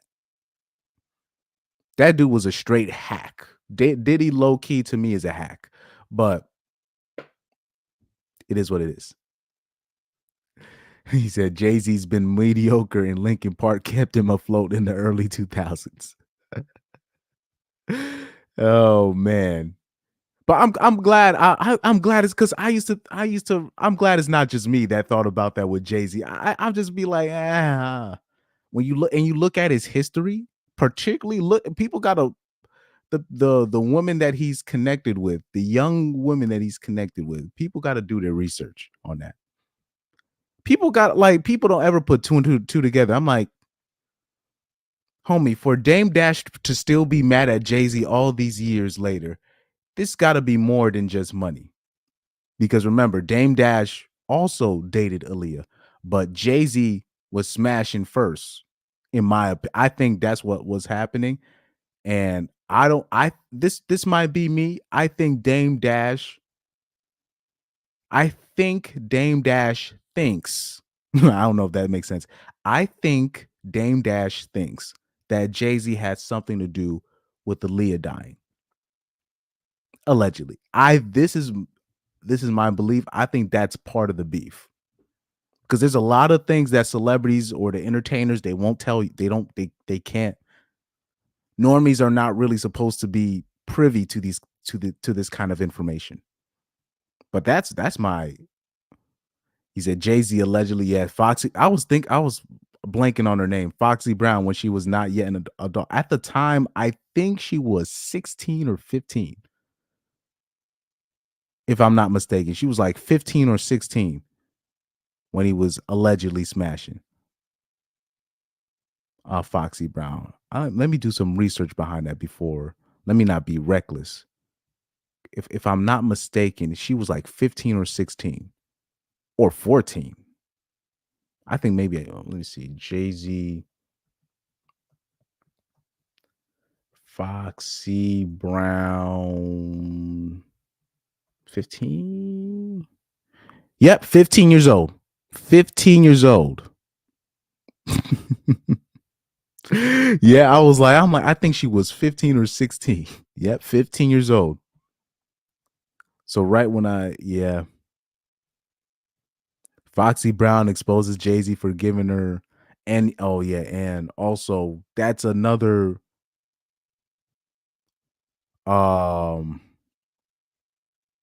thing. There's a lot of celebrities out there, a lot of entertainers that have certain STDs that they can't get rid of, and allegedly Jay-Z is one of these people. Allegedly. Allegedly, Jay-Z's on that list of one of those celebrities that's dirty in terms of he has certain things, certain bumpy diseases that he can't get rid of. Oh man. Let's take a look at this. This was this article posted by TMZ where they claim Foxy Brown stated Jay-Z hooked up with her when she was 14 and he was 24. Oh, 14. She was 14 and Jay-Z was 24. Oh, Lord have mercy. I heard 15 when I was in high school. I heard she was 15 or 16. 14, I didn't know that. But that's not surprising to me. That's not surprising. Yikes. You guys heard that too, right? Ooh, man. He said, I like that channel that's playing The Truth Is. Ooh, man. Because a lot of people are not ready for I don't know. Were you guys there? Yeah, the other day when I started talking about the small hats and whatnot. So I had dropped I dropped a Candace Owens video, the actual Candace Owens video, the 10-minute video where I talked about her getting fired by the Daily Wire. One of the comments said, "Bro, you're not gonna have a YouTube channel after this." Because there's certain things that if you reveal, yeah. If you, I'll tell people this that starting a channel, do not do what I'm doing right now. Your channel's not gonna grow. Your channel is not going to grow. Trust me on that. But I believe Jay-Z, when we talk about industry plants, Jay-Z, very infamous industry plant, in my opinion. Like, you know what's interesting though? Here's what's interesting. And it's not me taking the shots at the pro-blacks, right? But when they talk about Eminem, right? Whether or not he's the GOAT or whatever, I don't care about none of that. Even though, like, to me, Eminem's not in my top 5 of all time, maybe top 10, right? But I always said this: Eminem's better than Jay-Z, in my opinion. Eminem's better than Jay-Z. Now on the let me see. Yeah. Because like I don't consider Jay-Z, I don't have him ranked that high in terms of rappers, because the rappers at the time when Jay-Z was rapping, the rappers ahead of him it was so many rappers ahead of him at the time. And the best he could be at the time was really hang around the top ones so he can get his shine. He wasn't even better than a lot of the underground rappers at his time. He had to make sure he got, but Jay-Z was a shrewd businessman, and he was able to make cutthroat decisions that shot him to the top. Because at the end of the day, it's a popularity contest. And Jay-Z was very privy to that. So he was very shrewd in how he operated.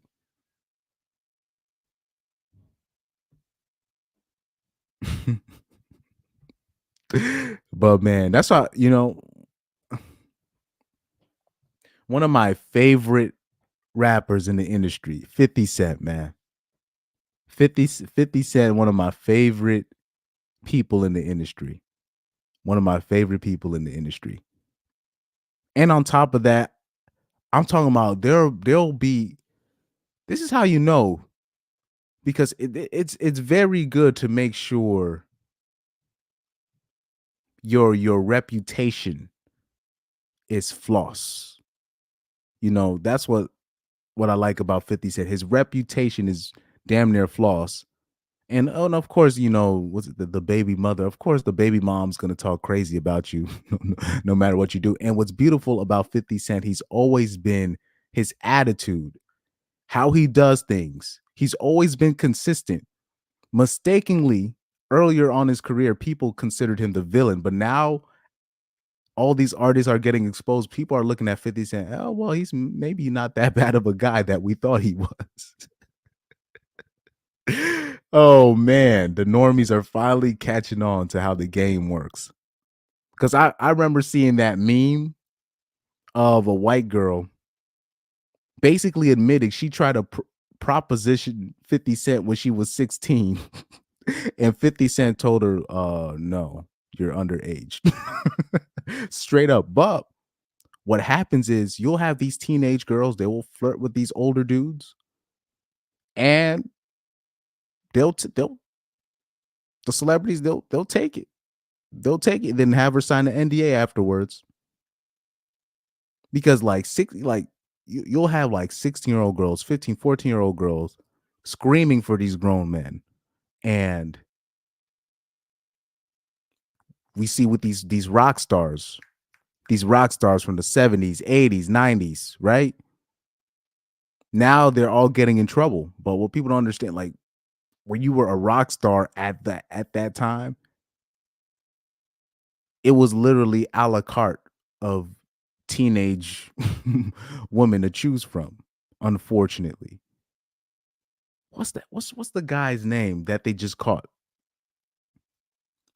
What's the guy's name that they just caught? I forgot. The rock star that they just caught. I'm trying to remember. I'm gonna try to I'm gonna try to search him up real quick. Rockstar, and like he even snitched on himself in his book. What's his name? I'm blanking on his name. With 14-year-old girl, let me see, 15. And by the way, when these rock stars are making all these songs about these girls, they're not talking about 30-year-olds, guys. They're talking about it. Yeah, Steven Tyler, right here. Steven Tyler. Anybody that knows the story about Steven Tyler? Anybody that knows his situation? And he literally wrote in his book that him and that girl was going at it.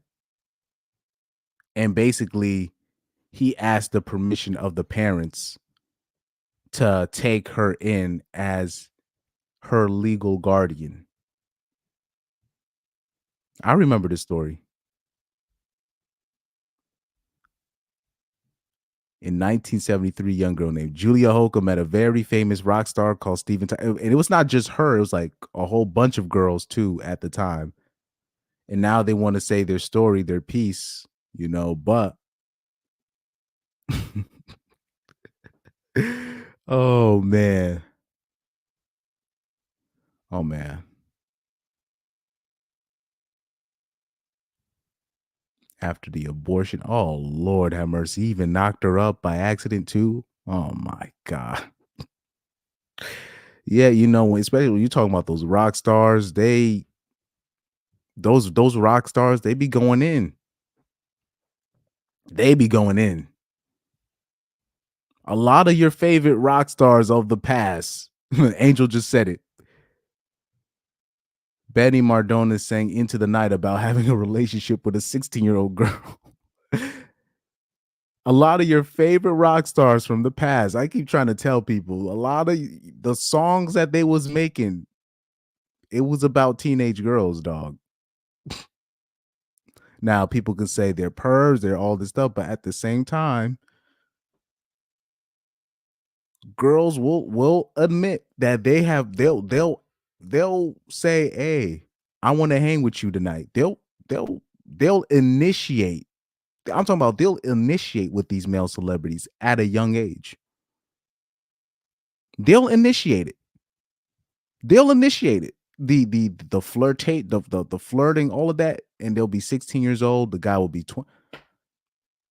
Hold up. I got the perfect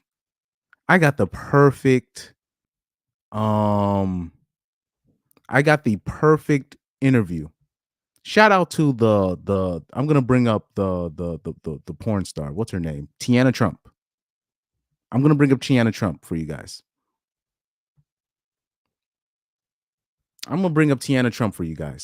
Because I did this 2 years ago on my channel. Actually, I brought up this interview. Tiana Trump. I'm gonna bring up the adult star Tiana Trump. When she talked about when she was 16 hooking up with NBA players. Let me see. Tiana Trump, 16 years old.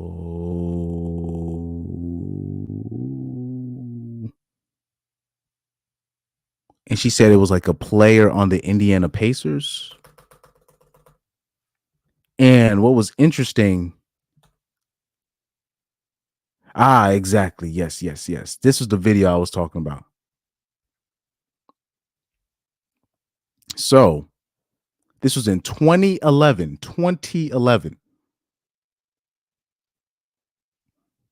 And yeah, I was. Oh man. Right here. So this is where she talked about where she said, "Oh yeah, when I was 16, I hooked up with an NBA player." But the way that Adam 22 was trying to bait her, he was trying to say, "Oh no, you got taken advantage of," and she was like, and she was basically like, "No." She was like, "No, I knew exactly what I was doing." And this is the uncomfortable part. This is the uncomfortable part of the uncomfortable conversation that comes with these things. A lot of these girls that you think are victims, they're not, bro. They're full-on participants. Even, yes, I'm talking about even younger than 14. I don't think I ever screenshotted the DM that I got. Damn, I don't know if I can look up that DM real quick in the meantime. But I remember that the conversation I had with this girl. She said, I knew exactly what I wanted to do at 13. At 13 years old, she said, I already knew I could only do things a certain way at 13. Let me see if let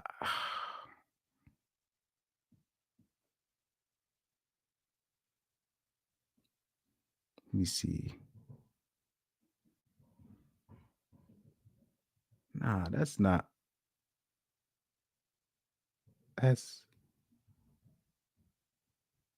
No, that's not it. That's not what I'm looking for. I try because I don't remember her username. One day I gotta oh, come on. Let me remove this person. Damn.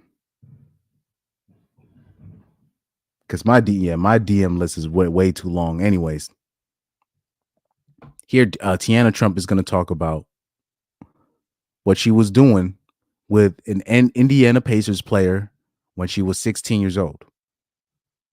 Okay. Ooh. Hold on for a sec. Here we go. No, totally. So the person that like got me into porn was a Pacers player. I was 16 years old, and he hit me up on Instagram. So we had pictures, we have videos of me 16 and having sex with this man. I'm not 16's age of consent though, so he's good. But now, peep what she said. She already knew at the time. 16, age of consent. Now, what people don't understand, 16 is the age of consent in most states in America. Now, peep what Adam 22 tries to say after she says that. But that's still, not on Twitter, but okay. Yeah, I know, right? You're like, fuck, assholes. But I told him like, And plus, trust me, at the time, she understood. She understood what she was doing. She's basically confirming, I knew exactly what I was doing. I already knew what the age of consent was. Trust me, they women, they know what they're doing, bro. They know what they're doing. But they always have a sob story when it don't work out. You know what I mean? a couple years ago, I was like, how old do you think I am? And he like said some dumb shit like 26, 20. I was like, no. And when I met you, I was 16. He like, cause he would videotape me. Did he freak out No, when he realized that all his videotapes were child porn? no. Okay. And he's Oh, but you see what he tried to do. Then he said, "Oh, all these videos for child porn." No, she literally just said that the age of consent was 16. Now he's trying to. You see, this is the stuff I don't like when men do stuff like that. still shows me him, and a hacker got a hold of him. No one ever did. We never had it blown up. And he's But a you really have famous person. You have a no snitching policy, I'm guessing. Yeah, Have you ever tried to air a guy out? Really? I've been thinking about it. Really? Yeah, because there's this one. I let this one famous athlete log into my Instagram and my Twitter because he said he was going to help me out with business. No, he went on there and was messaging men. Hey, messaging men acting like me, but he was like, I got a new number. Hit me up. I got a new iPhone 10. And he would message him, ask them for like videos. I'm talking about top 5 highest paid basketball player. Wait a minute. So let's do some research, because people automatically thought it was Paul George, and it probably was. It probably was most because this was in 2011. So we got to look up 2011, 2012, because what Tiana's what 20. What's her birthday? Let me see. Let me see something real quick. Let's see. Tiana Trump. Oh, you know what? Let me not look that up yet. Let me put it on this screen first. Let me put it on this screen first before I even put that on. I'm thinking I put it on incognito. Okay, don't go on my history. But now I forgot if the picture results come up, I'm gonna lose my whole YouTube channel. Birthday. So she's 28 years old. So when she was 16, that was 2011. 2011. I'm trying to think. So if she was 16, you know what?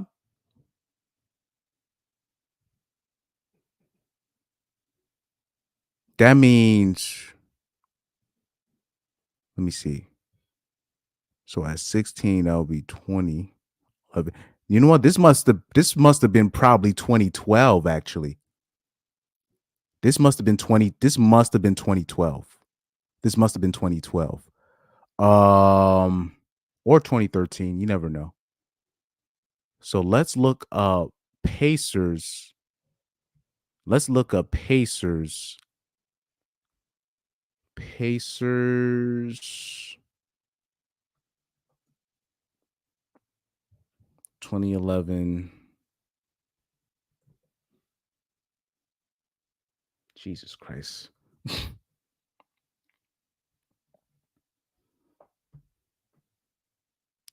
11 roster. So let's look at who was the roster on that team. Okay, who else we had on there? Yeah, Frank Vogel, the staff. Who was on that team? She said, "Really? Yeah, top 5." Yeah, she's talking about top 5. If she's saying top 5, yeah, that was Paul George's dumbass. Because then on top, yeah, because I'm trying to think who else was more famous on that squad. Yeah, I can't even say it could have been Roy Hibbert. Because I can't even say Lance Stevenson, because Lance Stevenson was never considered that top of a player. So Yeah, it was most likely Paul George's dumbass because Paul George has had a lot of questionable liaisons with strippers and all. They keep getting caught out with these with these side tings. So yeah, it was definitely, that was definitely Paul George. Pyro said, "I'm always an hour late." He said, "I'd be asleep." Oh man, what's up, man? But anyway, they caught up. They're looking for Brother Love. They can't find Brother Love anywhere. He said, "Did I miss the pat?" Oh, you basically you missed the main part when I was talking about Brother Love. So Diddy's houses got raided by Homeland Security. Both of his houses in Los Angeles and Miami, and it from what I'm looking at, it looks like they're going to start a manhunt on this guy. From what I'm seeing, it looks like they're going to start a manhunt for Diddy. You know, that's what it looks like.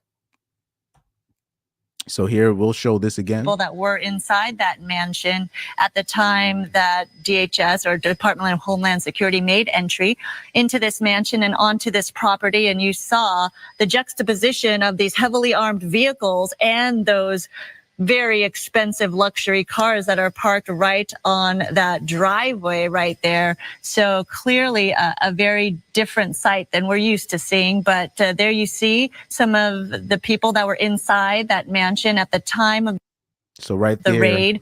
They're being talked to. His sons are also in handcuffs as well, Justin Combs and Christian Combs. By investigators, by people from the Department of Homeland Security. I could see they're getting their pictures taken as well. So maybe they don't know who they're looking for or who they have in front of them at this point. But again, part of the process of gathering information as to who in particular was on the grounds at the time that they made entry during this raid. So if we do have a vantage point from the ground there, I'm not sure if we have a ground people that were inside that mansion at the time that. So yeah, and my theory was basically, I believe there are power-ups that Diddy is connected to that sent that raid to his house to make sure, just to make sure that their names are cleared. You know what I mean? They're making sure that their name is not connected to his mess. When it comes to the celebrity blackmail, all that stuff, I'm talking about. I believe there are higher ups that place Diddy where he is today, but they're trying to make sure their names are cleared from the mess. That's my opinion on that end. But anyway, I just saw something interesting. Hold on for a sec. I saw something interesting. Do you feel like there's any difference at all this year than past years, just with recent attention that you've gotten? Do you feel different being out and about right now? I feel more loved. Actually, I've gotten a lot of. So following this, did she actually get disqualified? Did Fannie Willis actually get disqualified? Of support, a lot of support from women that surprised me. I wasn't thinking that I was going to be the face of women, but women of every nationality, African American women, Caucasian women, have been really. She ain't finna give up, is she? Oh man. Anyway, man, that's funny. You see, Cassie's lawyer said at the end of the day, gotta end. But yeah, speaking of Cassie, man, stop. She's not a victim. I don't look at her as a victim.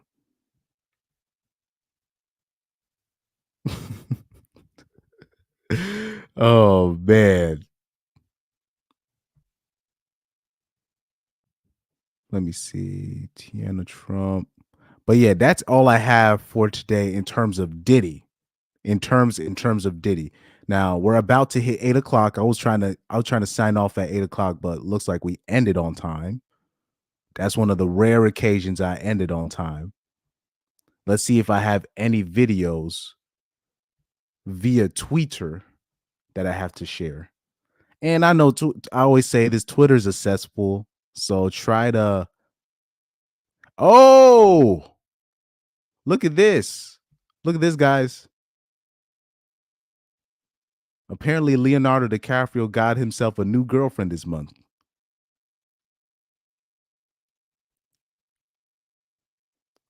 He got he got a new girl. And apparently she's 19. Oh man, the feminazis are they're oh man. Said that was Diddy's favorite activity. Oh man. I think they're yeah, because you see, Pyro, we already thought this. I'm like, yep, Diddy's tying up loose. Sorry, the people in charge are trying to tie up loose ends. Like, I think Diddy should be fearing for his life right now, low key. I don't know if he threatened to take down the whole ship with him, because when it comes to ninjas, if we get caught out like that, we not going down. We man, they're gonna have to drag him. They're gonna have to drag him out. And he probably said some reckless stuff to the powers that be. It was like, man, I'll release this whole thing on everybody if you arrest me. I did all your dirty work. Oh man. He said, I love Twitter. It's a cesspool. He said that means the other girl turned 25. Yeah. Or not. I think, well, because look, remember, because Diddy was with like a 24-year-old, 25-year-old, right? I mean, sorry, not Diddy. Leonardo DiCaprio was with a 24, 25-year-old, and they were still complaining. So I remember then, like, I remember it was like the next month, he just came out fresh with a 19-year-old. Because I said he might as well just do that anyways, because the girl will be 26, 25, 24, and people will be still complaining. I'm like, you might as well just go with whatever the legal age is. So they're always because the reason why a lot of women are mad at Leonardo DiCaprio's dating strategy is because low key, he's doing it the right way. He's doing it the most efficient way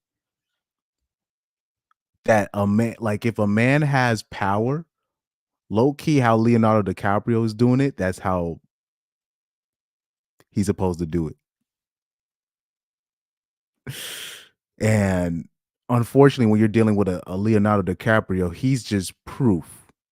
And his options never end. And he's just living proof that most women are very replaceable. Very replaceable. So that's why feminazis will always forever be mad at Leonardo DiCaprio and his dating practices. And by the way, I've said this a million times on my channel. There's 3 things that women hate. It's average men, paternity tests, and women that are younger than them. Bottom line, nobody's been able to debunk me off this. Also, follow anybody, you guys get the chance, follow Red Pill Luffy on Twitter. He's hilarious. He said, did he just start dating that underage 19-year-old child? Oh man. That's how they finna be like in the comments. But yeah, that's interesting. That's interesting. But let me search under my bookmarks to see if I'm missing anything. If I was gonna share any videos, share anything that I missed. Oh. Hold on for a second. So I got two things. No, sorry, one or two things. Since I'm already at the 8 o'clock mark that I said I was going to sign off, but I do have some extra time. This is going to be in a little bit of an educational video, real quick. A little bit of an educational video, real quick. So right here, we have a Reddit story, a female. This is a woman that's writing this. She says, I suddenly hate everything about my boyfriend of 4 years. I'm torn on what to do. Hi, guys. This is going to hurt me to type, but I could really use some advice. My boyfriend and I have been together since our freshman year of high school. We're now freshmen in college. We go to different schools, but they're not too far apart. So we visit each other every weekend or so.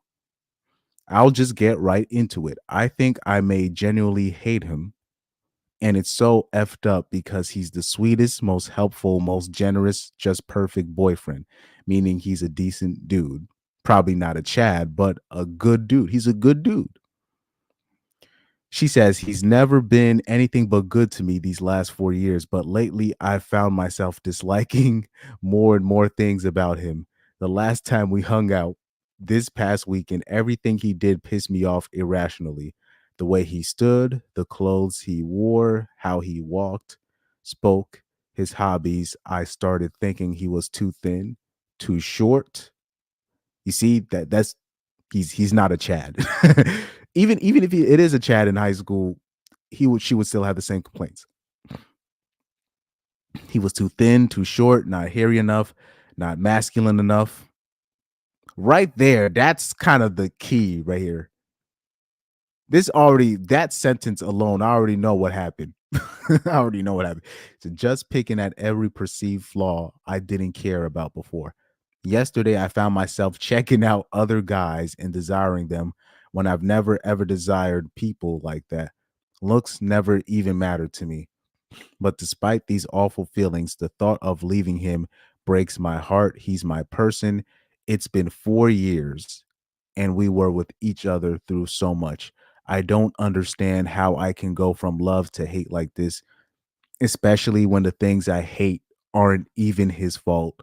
Please help. Now,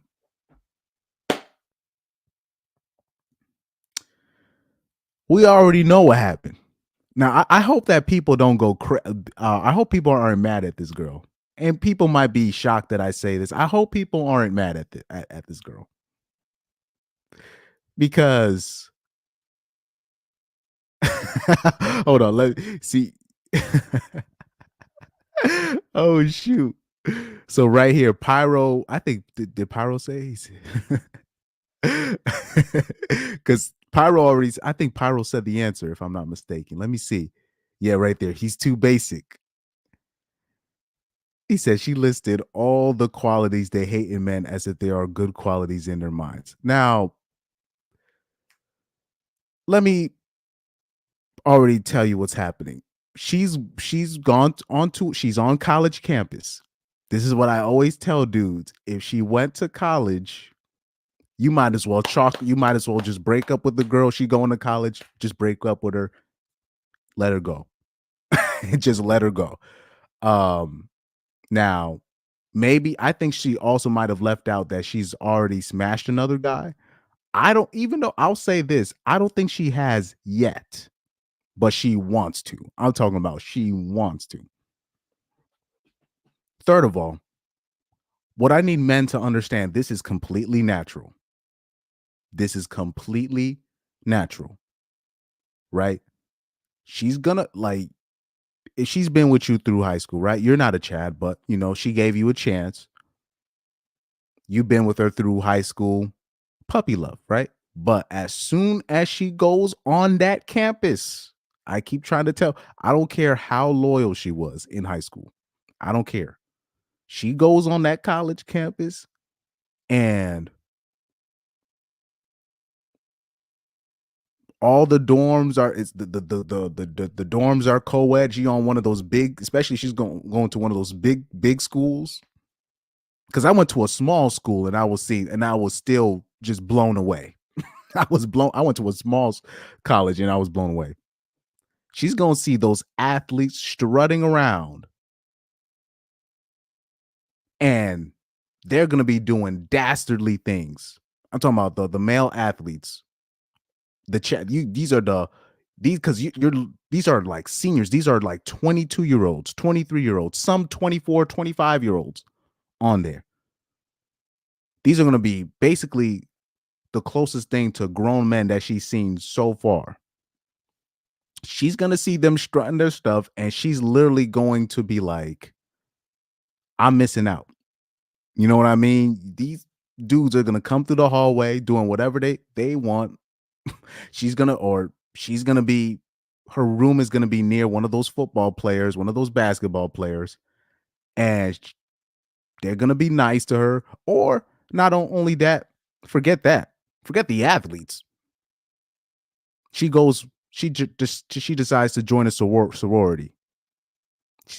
She decides to join a sorority, and then at the same time is right next to the frat bro's house, and she sees these dudes coming through, them talking to her, because any girl that's at a party, unless if she's like just butt ugly, every girl is gonna get her chance to be talked to. Every girl gets talked to at a party. Every single girl. If she doesn't have people with her, somebody's gonna put something in her ear. And then on top of that, when you're looking at this, she's already talking with the Chad, meaning he's coming through, he's saying hi. It's literally up to him when he wants to smash. He just hasn't had the time to do it. So these are the things that happen when your girl goes to college. Like, you trying to tell me this is what happens when your girl goes to college. So I hope people aren't like ripping her. These are the things that happen. You know, let her belong, because right now she belongs to the game. She belongs to the game. That's what she decides to belong. That's what she. Now, here's the thing. Here's the catch. Right here, despite these awful feelings, the thought of leaving him breaks my heart. He's my person. So right here, when she says this, she's torn, because she knows that yes, she wants to fornicate like a rabbit with these ninjas on college, but she knows the guy that she went to high school with, that is her best chance to get married. That guy in high school that she's been with all these years, she knows that's her best chance for marriage. So she's afraid to. She's really not. She knows if she starts monkey branching right now, she knows it's too risky. It's too risky to break up with the dude. She knows it's too risky because she knows she's gonna lose that guy forever. And for what? For a couple chads, even though she wants to so bad, she knows once she knows if she knows she's not gonna be able to go back to that monkey branch, to that tree, once she decides to get her whole phase out of her system, you know. And also, I'm gonna just say it like this: I've seen this in college, particularly with a lot of the female athletes I saw. They would have their little boyfriends, whatever, come visit them sometimes. Literally by the second week, it was over. Literally by the second week. How about this? I'll give you an example. Dude, it'll be, say she's an athlete. She has to, so if you're an athlete, you have to go to on campus earlier than the rest of the students. So she might be able to survive that, even though even then that's almost impossible, because you're only interacting with athletes, which is just female athletes and male athletes, right? So maybe she'll survive that, maybe. But then once everybody else comes through, we're talking about that first or second week of August. Now all the students come through, the Chads, Tyrones, the frat bros, gym bros, the drug dealers come through, these people, especially, they be partying like a motherfucker those first 2-3 weeks. So depending on what week your girl comes on campus, that on campus in, so if she's an athlete, it'll take 3 weeks for the breakup. Sorry, 3 to 4 weeks, and then you'll break up. They'll break up by the 4th week. Basically, when whatever week that all the people start coming together for the first week of college, that's when that breakup is basically that's when that breakup is going to occur, because it's just going to be too much. It's just going to be too much. So if your girlfriend comes in with the rest of the normies, it'll be 2 weeks, and then she'll break up with you. But if she comes in with the athletes, it'll be about 3 to 4 weeks, because she has to be on campus a little bit earlier. He says she's comparing him to the guy she really wants. Yeah, it's homie, if your girl going to college, it's over. I'm sorry. It's over, bro. It's over. It's like, I don't want people to even be mad at the girl, because look, when I went on college, I saw what I needed to see. Oh man, because the reason why she's torn is not necessarily because I think she knows, she's self-aware that she's not on Chad and Tyrone's level or those jocks level to know. She knows those guys are not going to take her seriously. She knows it. I think she knows it. I think, like, I'm taking this response at face value. I believe she is torn with her, and she's probably, and on top of that, you know, a lot of the times when girls are going through that, a lot of the times they be ovulating. And then once they are ovulating, that's when they're really attracted heavily to the guys that they really, really, really, really, really want when they're ovulating. So she's probably on that trip right now, going through it. Let me see. She already making moves. Yeah, she already talking to somebody. She's definitely talking to somebody. Especially even if the athletes don't get through, man, what's those, you know, like when you go on those HBCUs or one of those what are those black male fraternities, those one of those dancing ninjas, you know, those guys. Hold on for a sec. Hold on. I'm like, it's not even just the frat bros. Let's talk about fraternity dancing. These ninjas start coming through. Hold on for a second. What, like, homie, I'm saying it don't even gotta be the athletes. Even though a lot of the athletes are part of those fraternities. Let me open up this image. Once these ninjas start popping through and they start doing them little dances in the first week of school, it's over, ninja. Chop that up to the game. These ninjas start pulling through with their little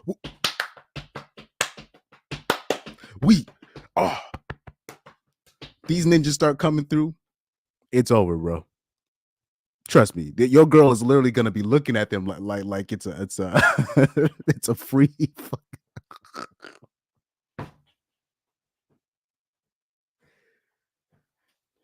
It's gonna be. Just imagine a goofy white bitch with glasses on, just looking at this stuff like she ain't never seen nothing like that. She done lived in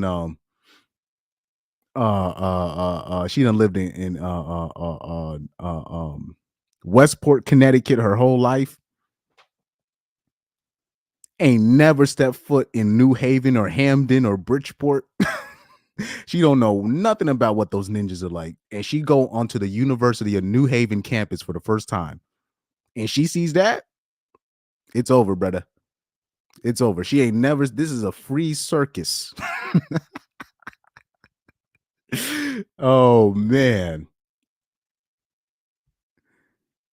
Oh, man.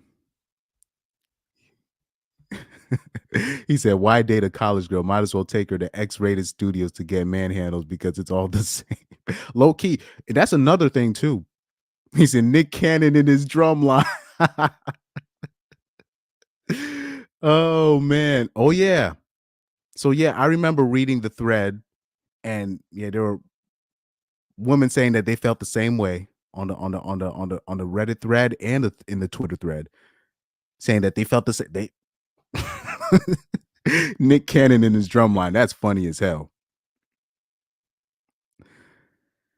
He said, I read the thread right now. Some women did say she feel this way when she's PMSing. Exactly. So when she's going through that time right before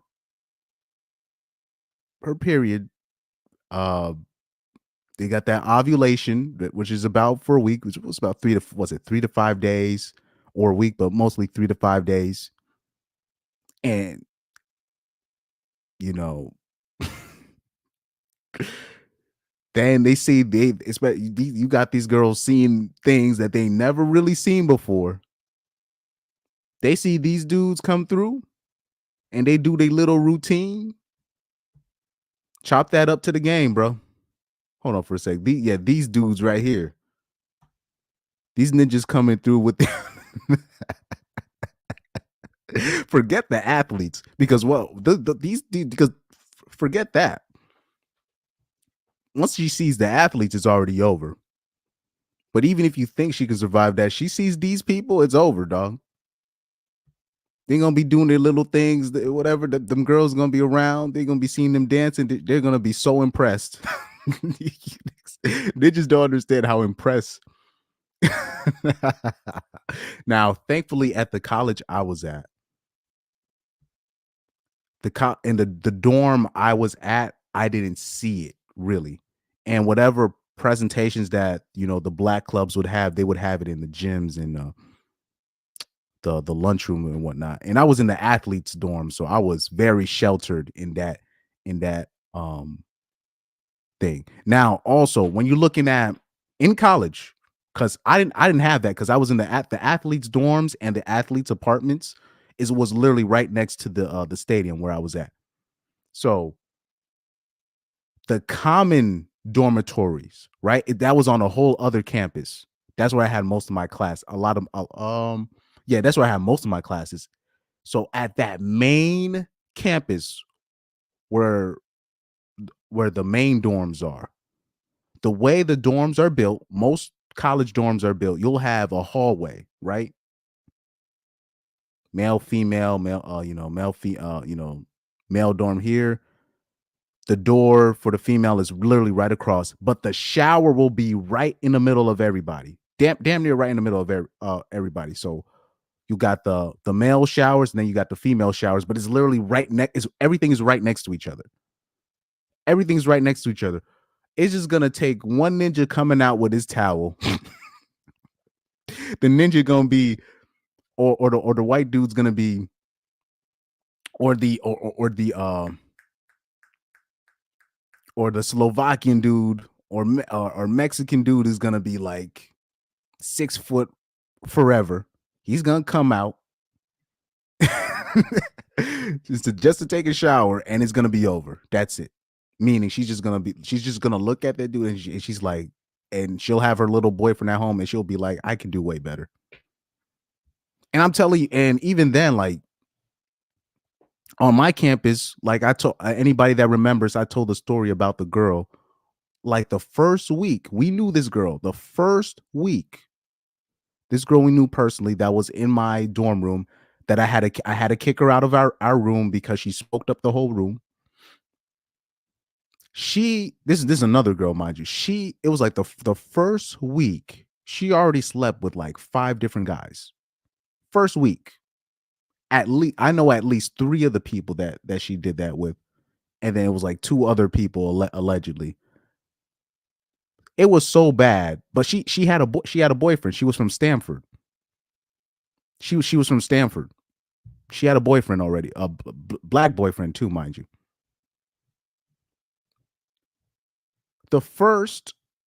I think it was like the first week when the normies came through on the dorm, because the athletes were there first before everybody else came. Once everybody else came through the first week, once the initial everybody comes through, the first day, apparently there was ninjas or people in our living room, whatever, because we had a big dorm. It was an athlete's dorm. We had people sleep. We had some people sleeping in on our couch. I remember my roommate, he invited his boy from high school. He slept on the couch with some broad, whatever, that stayed with him the whole day. Man, the next day, one of the dudes I knew that was there, he comes up to me, he's like, "Oh yeah, man, we were smashing in the bathroom." I'm like, "In the what?" I didn't hear nothing. He's like, "Oh yeah, by the way, is she on birth control?" I'm like, "What?" I'm like, "How would I know the answer to that? We just met this bitch." "Oh yeah, I hope she on birth control." And I'm like, "Damn, this is only like the third or fourth day. How many people did she smash already? How many?" So that is it's that and the guys that she was going through, none of them were athletes. This is what I'm trying to tell you. That's how dangerous it is on campus. None of them were athletes. None, and it was just dudes that knew. It was just dudes that knew us. We were the athletes on our room. She messed with everybody else. Tried to stay around one of our guys too.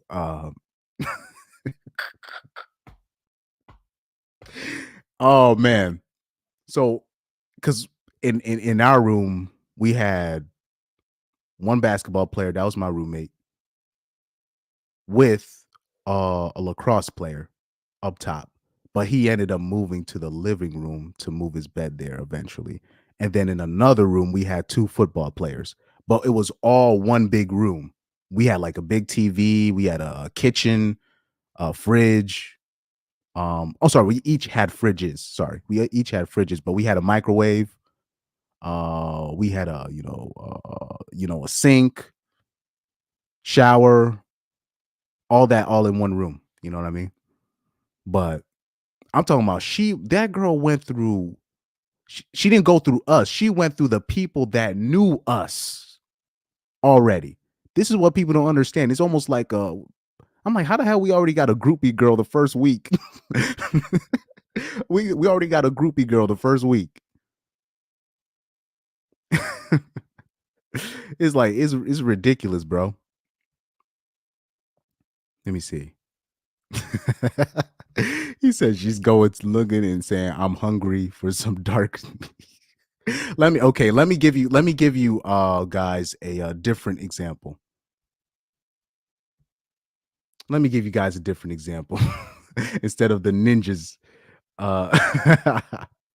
Male fraternity. So even like I said, these guys are gonna come through right here. These guys are gonna come through, and it's gonna be over. I'm telling you this right now. These guys are gonna come through in their Dockers and their loafers and their scarves and their schoolboy Q bucket hats. And they're gonna come through, especially if you got a hockey team on your campus. You better watch out. Especially, I'll say this: you got a hockey team on your campus, and if you had a PWI, right? You had a PWI, it's over. He said, and the ladies get together to gossip, essentially rape man they've encountered. Yeah, that's how it works. The college Giga Chad. What's up, Light Warrior? That's the word I was looking for. The Giga Chad. You're gonna see Giga Chad, the Giga Chads that you see on campus. You'll visit your girl the first week of campus, and you're gonna see dudes in there that she never saw when she was in high school. It's gonna be over. I'm sorry. Oh man. Let me say, she lucky, Chris. I would snitch to boyfriends. Oh yeah, so I remember the boyfriend ended up visiting her. And we saw him. I remember I saw him during lunch, whatever. But and for some reason, she I hate it when girls do stuff like this. Apparently, she was still hanging out with one of the football players in our room, right? And she, like, girls are so like they're so what's the term? They're bold. Like, they'll bring you around the dude that she's messing with, right? Now, as far as I know, none of the football players in our room messed with her. I think, but I think that one of the football players was still kind of angling towards that. Anyway, I don't want to put no more business out there, but she came through, and apparently the boyfriend apparently was giving people, like, she was giving us the evil eye, and then especially my roommate, who was a basketball player, right? The tallest of us of the bunch, but he didn't smash. Everybody else did. He was giving motherfuckers the evil eye. Like, and I'm just like, look, man, we didn't do nothing. Everybody else did something to your girl, bro. These dudes always be coming through. They thinking they controlling stuff. I'm like, homie.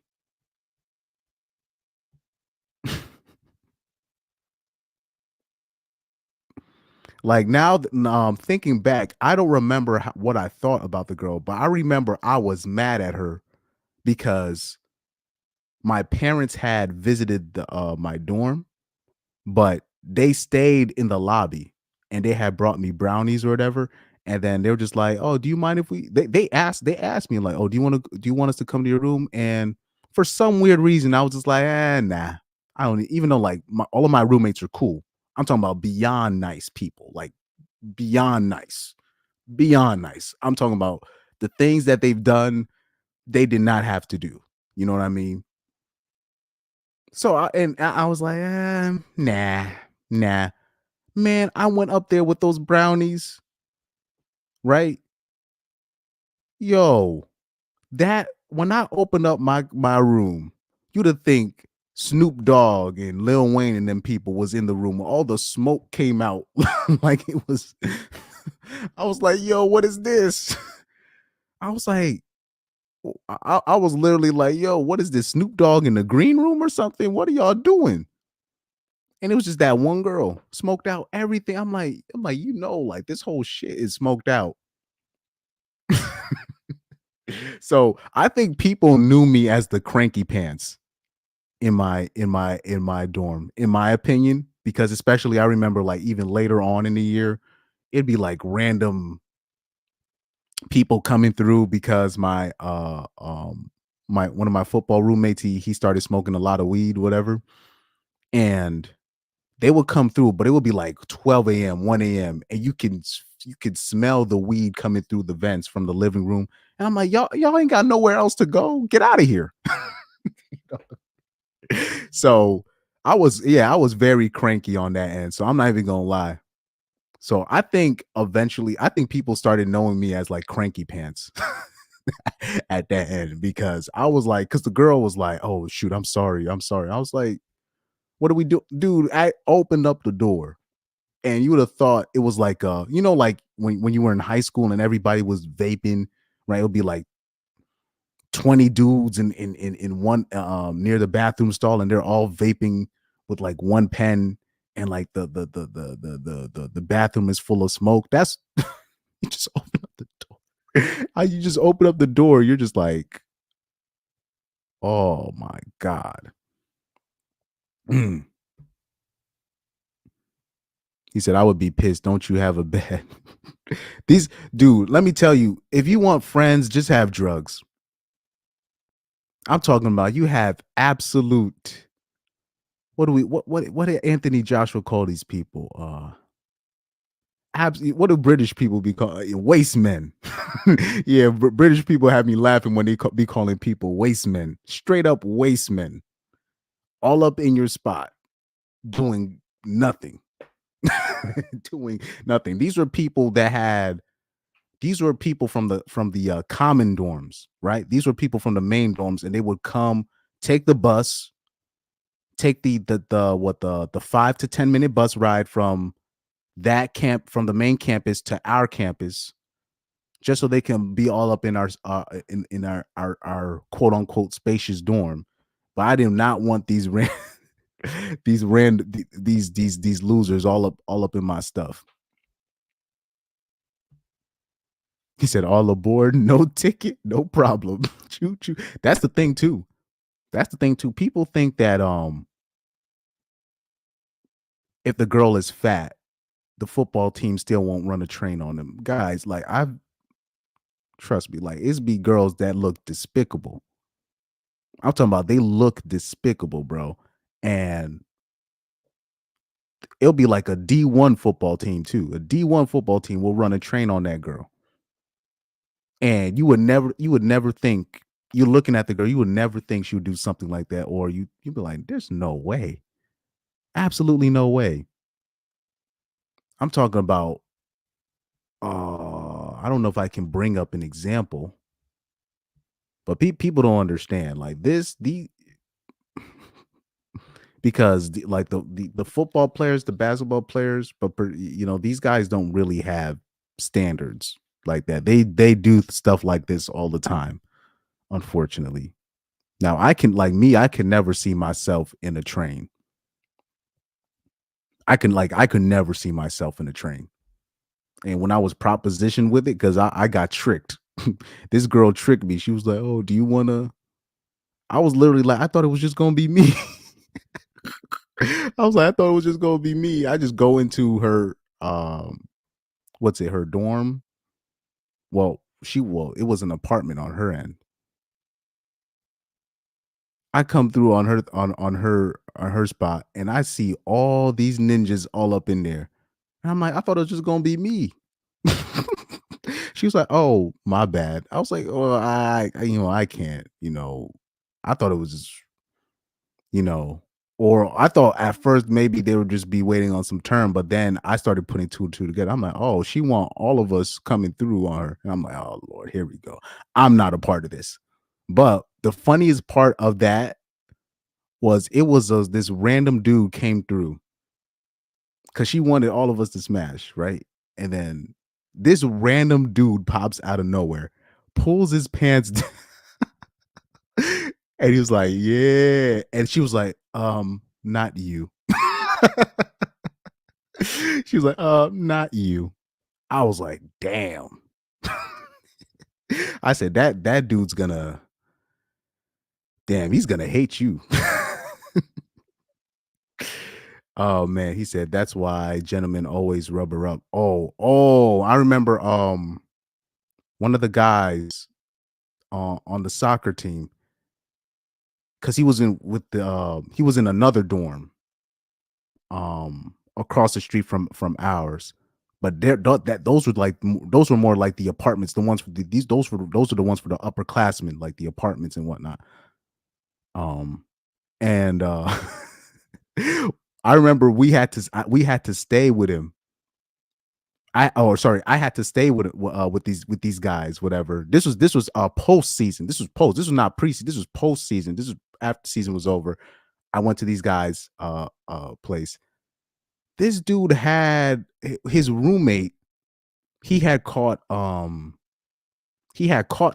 He had caught like crabs or something. This dude was scratching himself the whole time I saw him, drunk as a fish. Drunk. I'm talking about super drunk. He had like an IV drip type thing connected, but it was like full of alcohol and it was connected. I don't know what that thing is called. I don't know what that's called. I gotta look it up. Alcohol. Let me see. Hold on for a second. Is this sharing? No. Okay. Alcohol party IV trip. Let me see. What's that thing he had? He had something like something like this connected to this dude, and he wore it around his head. He had something. Let me show you this. He had something that looked kind of like this. He had this like connected to his head, like taped to his, but it was like full of clear vodka.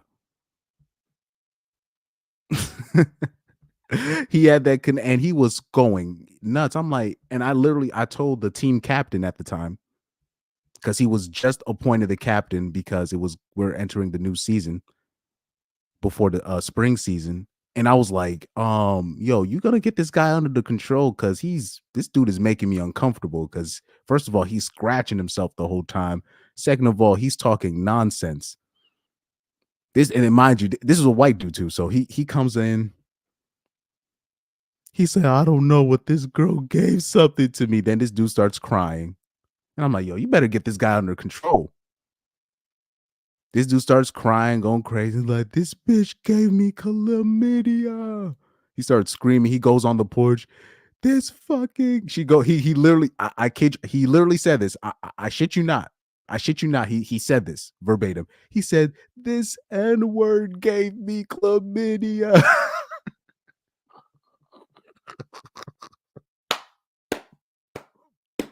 He said that shit out loud. He said fucking N-word gave me chlamydia. I was sitting there laughing so hard when he said that shit outside. I was like, yeah, Pyro said it. He said he lost it. He lost it. Then after that, he passes out a little bit. He wakes up. He calls his mom. He goes on the porch. He's like, I'm sorry, Mom, I let you down and all. I'm like, what in that?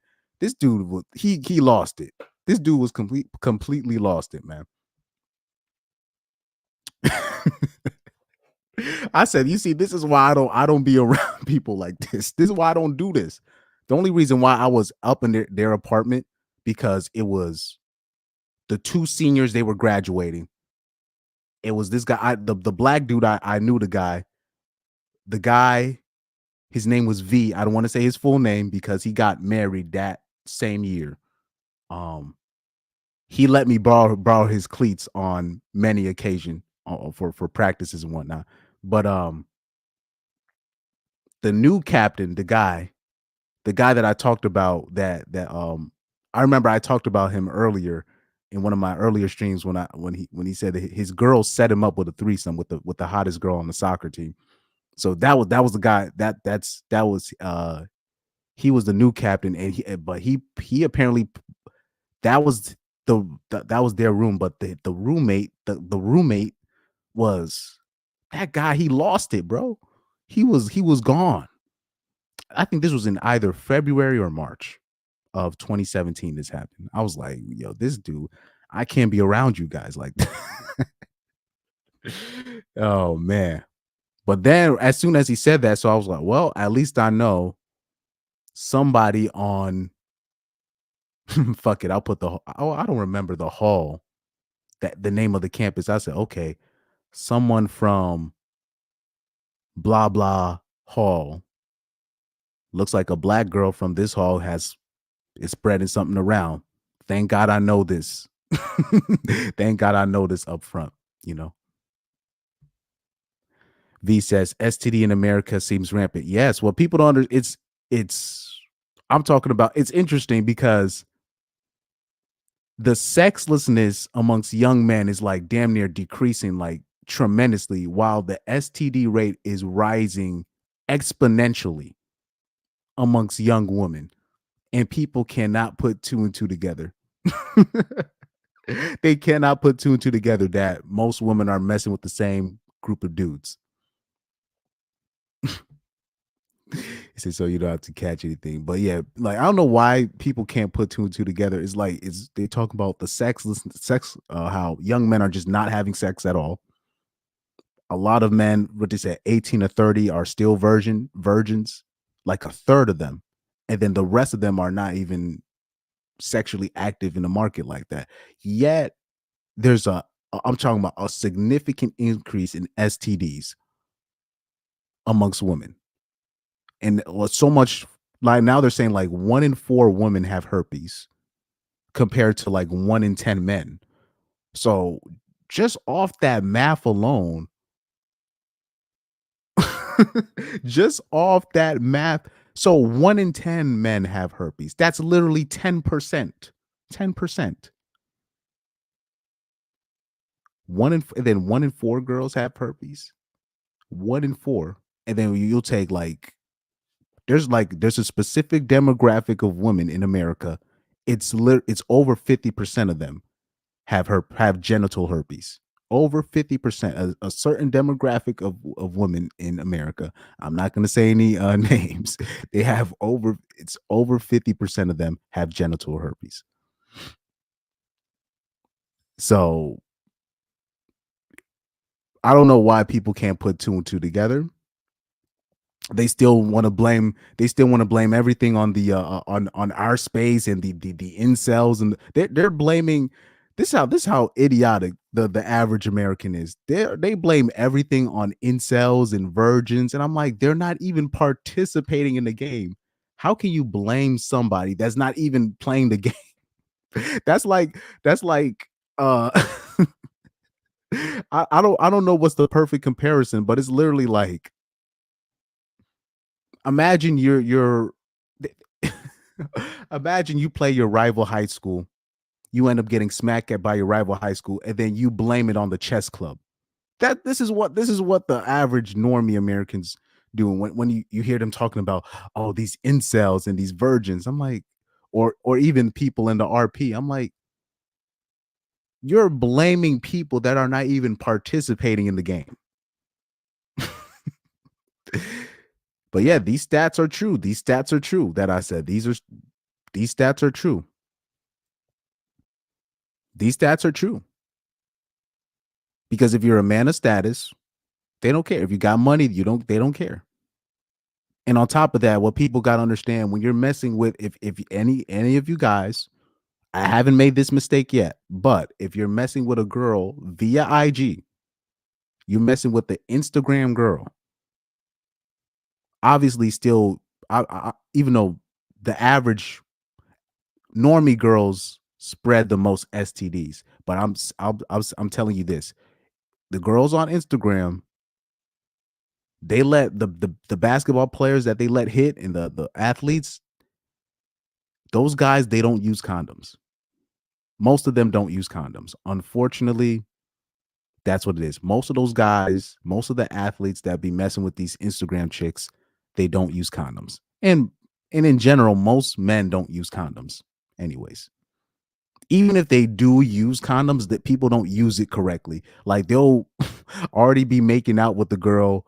I'm talking about have oral sex, unprotected oral sex, and then they'll put the condom on. Like, you've already swabbed DNA, so it's basically pointless from there. Somebody said maybe they think they can't fight back. What do you mean by that? Maybe they think they can't fight back. Who do you mean? I might be missing something there. But yeah, college is interesting though. College is a trip, isn't it? College is a trip. Let's look at some of these comments here.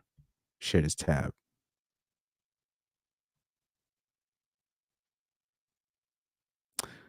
He said, someone said, as expected.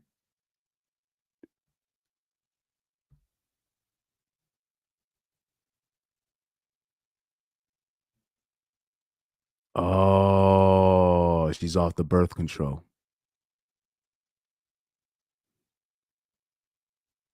So she did. So apparently we have an update to the story. So she did break up with her boyfriend. Look at the end. She said, if my ex and I end up coming back together, then that's perfection. But if not, then at least I know we end on a good note. We're going to a convention this weekend as friends. Oh, man. These guys are gumps, bro. These guys are gumps, man. That's sad. That's sad. That's sad. Oh, man. Oh, blaming incels. Oh, yeah. So that's just life. So V, that's just life. It's just because they need something to blame something on. So they blame somebody that really can't fight back. That's a perfect analogy. They just can't. They're always gonna take out their frustrations on somebody that can't fight back. That's what bullies do.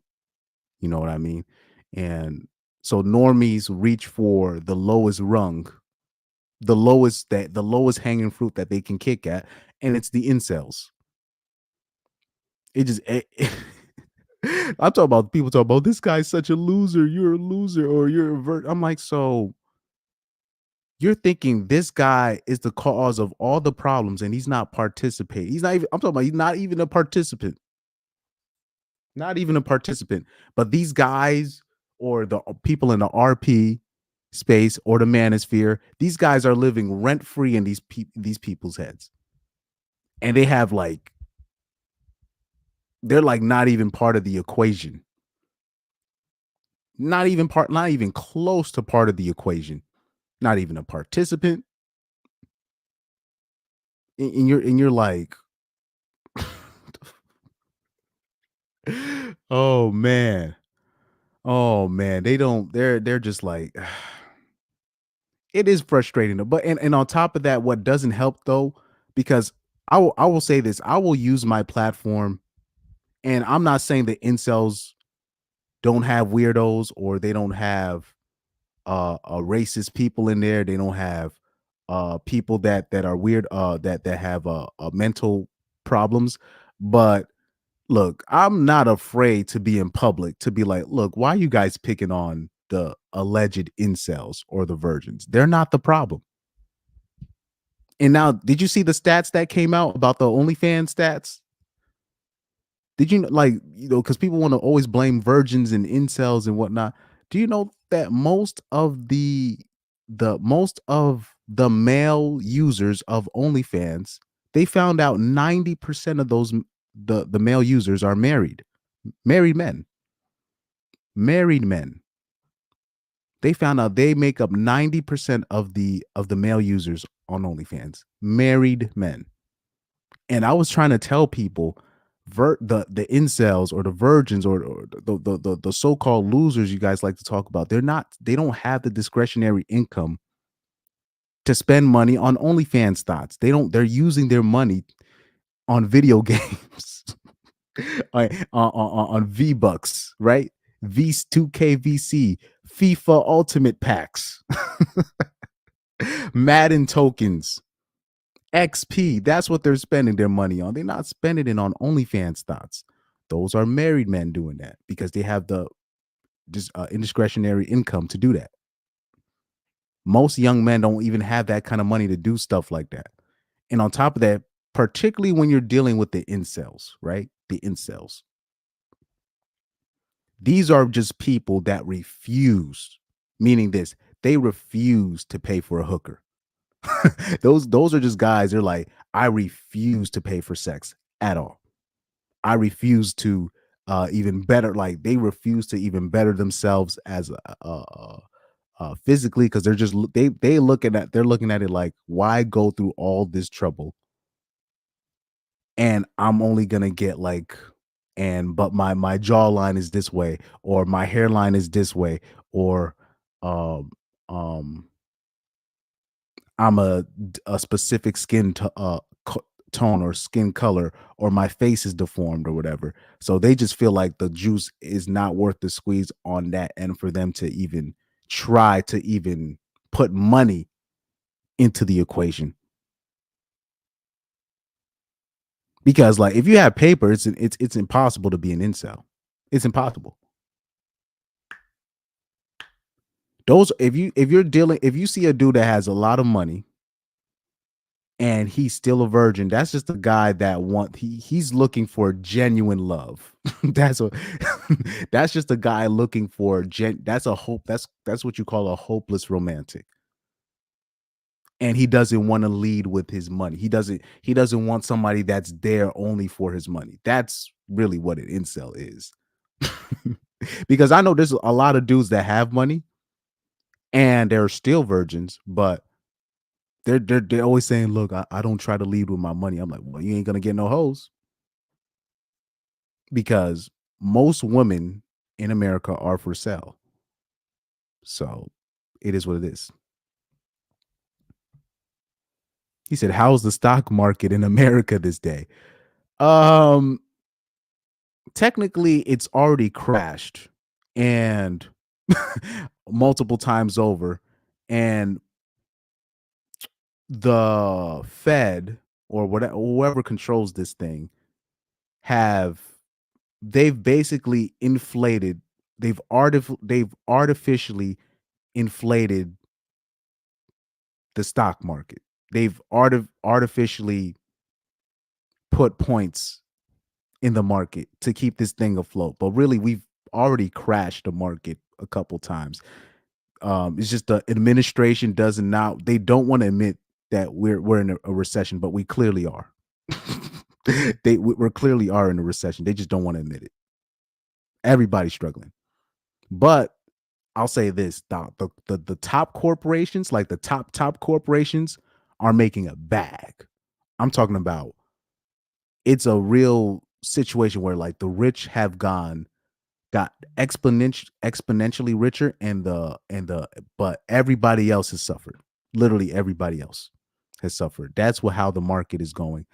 I'm surprised, like when we talk about the student loans, I'm surprised that when we talk about the Department of Education, I'm surprised that hasn't crashed already, because most women I know, they said they're not paying their student loan back.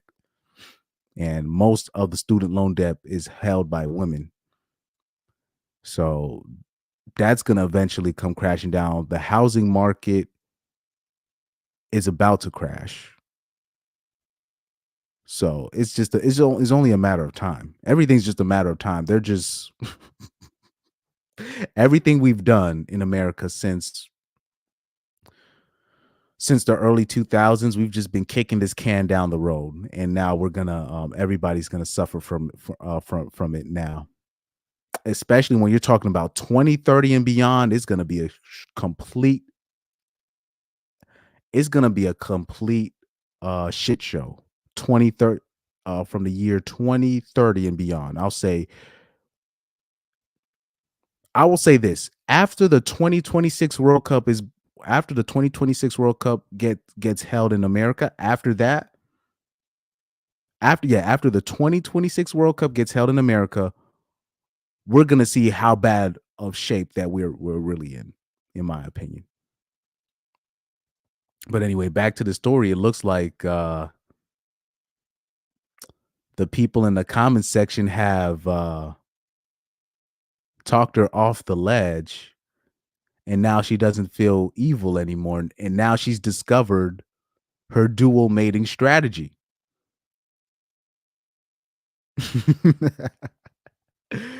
Oh man. She's discovered her dual mating strategy, what she could really do. Oh man. It is what it is, you know. It is what it is on that end. That's sad. That's sad. But like I said, I don't think the right move is to shame anybody, you know. That's not the right. I'm not in it. You got to accept things for what they are. You got to accept things for what they are. And it's interesting. Hold on for a sec. I'm going to show you, cuz people are still asleep when it comes to this college stuff. People are still asleep when it comes to this stuff. It's mind-boggling to me, but because I guess people just don't pay attention. Yeah, normies be killing me sometimes with this shit, bro. Let me look at right here. Share this tab instead. One of my shorts. This is one of my shorts that I put here. You know what my top 2 red flags in a woman? My top 2 red for me, and people might disagree. Number 1, if she smokes weed, and number 2, if she went to college. You know what so when I dropped that, right? I had some bite back. A lot of bite back that I didn't think that was gonna happen, really. So right here at one of the comments, I didn't click top comments, but let me do top comments. He said, "Went to college. What do you want, a dummy?" And I'm like, "You guys don't get it." And I said, "Especially if she stayed on campus and or has a liberal arts degree."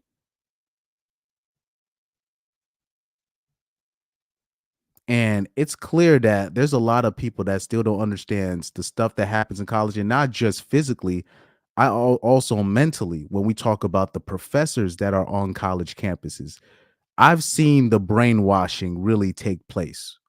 Like they come in, the girls come in regular, they come out full talking about patriarch. What do you think they get all this language about patriarchy and gender pay gap, wage gap, and socialism is the answer. Communism isn't that bad. Where do you think they get all this language from? They get that from college. They get that from college. They don't get that. They didn't come up with that shit by themselves. And then people want to say they got it from TikTok. Yes, that too. But the people that introduce it on TikTok, they got those ideals from college. Somebody else said, "So sad." Somebody else said, "A dummy child." And then somebody said, "Just say you're not into cool, smart chicks." And you're just like, bro. You're just like, bro, man. Oh my God. But most of the comments I got from that was bite back. I was like, I thought we were on the same page here. But these are men. These are men that commented back, trying to make a point, but so this is, and then also somebody said he doesn't want to date a drug addict. Cool. He doesn't want to date an educated woman. Wait, what? But he doesn't understand. Plus, if people understood the divorce statistics behind college educated women, I think it's like 90%. College educated women initiate 90% of divorces, because he said it's 80%. Women in general initiate 80% of divorces, and if she's college educated, the percentage goes up to 90%. And that's not even surprising. He said half the time they don't seem like they know what they're talking about.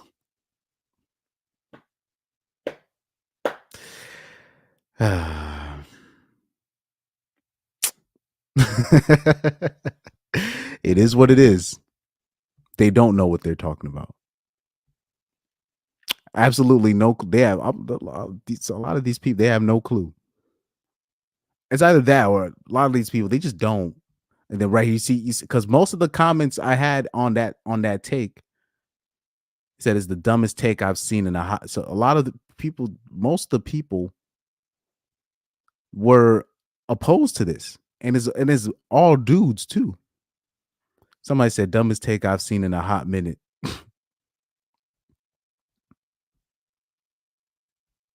And then, okay, I remember there was one dude, he said that he agreed with the college thing, which was interesting, but he said he disagreed with the smoking weed thing, which that makes no sense, because anybody that understands when you're dealing with a girl that smokes weed, you're dealing with most likely you're dealing with a real 304, like a real 304. Oh man. He said ignorant people want to be with ignorant people. But yeah, this is why like particularly when we're talking about a lot of white dudes are very how do I say this? They're very naive when it comes to certain things.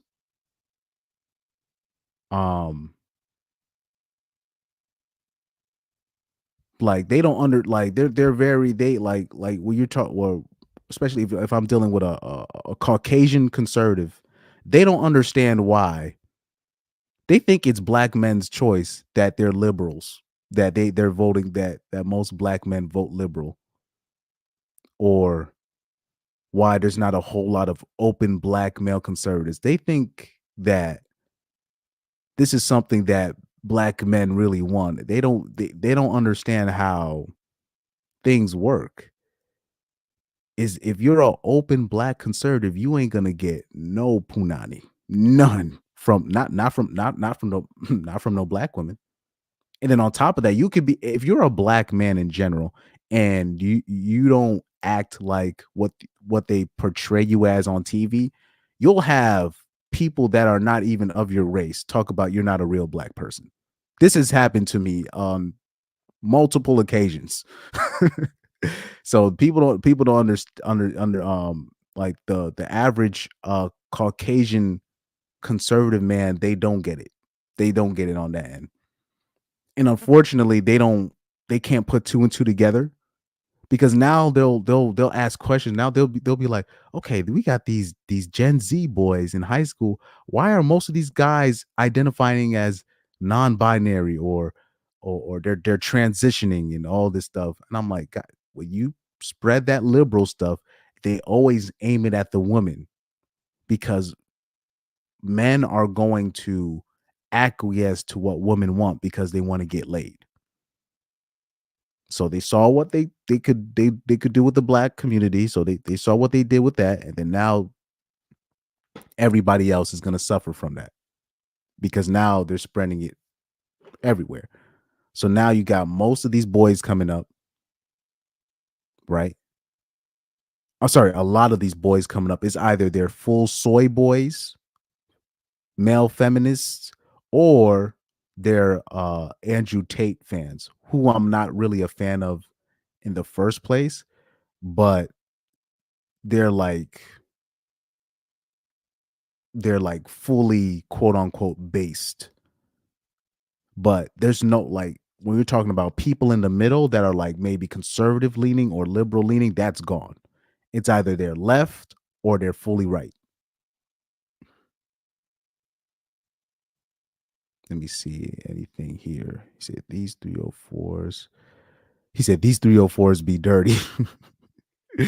Oh man. Oh yeah, Light Warrior. By the way, I remember I was on Undead Chronic stream, and I was saying, like, look, man, I said that I think black men are the biggest simps in general, but Undead Chronic said, nah, white dudes are the biggest simps. But now I know what he means by that by now. It's just, I believe when it comes to women, black men are the biggest simps. But I think when it comes to life in general, white dudes are the biggest simps. So so if you take like the average white dude that's not really active in the sexual market, I'm saying the average, not the not the top white dudes. I'm talking about the average white dude that say he's a Christian dude. Say he's an average white Christian dude that's pretty sheltered. You know what I mean? Maybe he's had sex one time at most with his girlfriend, but he doesn't really know what college is like. So if I told him, look, if your girl go to college, you might as well break off with her right now. He's gonna be confused. He's gonna be like, what are you talking about? Now, I already know ninjas. They already know. By high school, we already lost most of our girls. By middle school, a lot of ninjas already lost most of their girls to grown ninjas. I'm talking about grown ninjas. So so a lot of ninjas already been through that that heartbreak, because a lot of those ninjas are not sheltered in terms of they'll literally like because black women will be like openly in your face, blatant on their dating strategy with black men present. You know what I mean? So it's a different class, it's a different level. It would be a different way I would have to teach the average black simp than the average white simp. So I always believe, because the average black simp really cannot be saved, in my opinion. I could be wrong, because everything that happens to black men is pretty blatant. is pretty blatant. So if you don't wake up off GP, I can't really save you. I can maybe save you I can save you financially. I can save you in terms of I can give you an opportunity for a job, but he's gonna most likely still be gonna be female based, female led, right? Now, a lot of the things that the average white simp goes through is just based just off of ignorance. It's just off ignorance, meaning they just don't know. Remember when I showed you that the white nationalist guy where he was shocked that the Kaylee Gaines girl that got her head beaten in, she had a black boyfriend. He was like, wait. We remember they was saying they was gonna do all this stuff to black people, whatever, because she got beat up by all these black people. And then he they thought they was finna write out for this girl. And I'm like, that girl is in like a predominantly black spot. She probably has a black boyfriend. They were probably fighting over a ninja. But those guys, they don't know. They like white like the white conservative dudes, they still think that shaming black white women for dating black dudes is going to work. It's a they think it's a viable dating strategy in 2024. And you're just like, bro, you need to catch up with the times. That shit not gonna work. The more forbidden you make a person to a girl, the more attractive you make him. And that's no matter the race. That's no matter the race.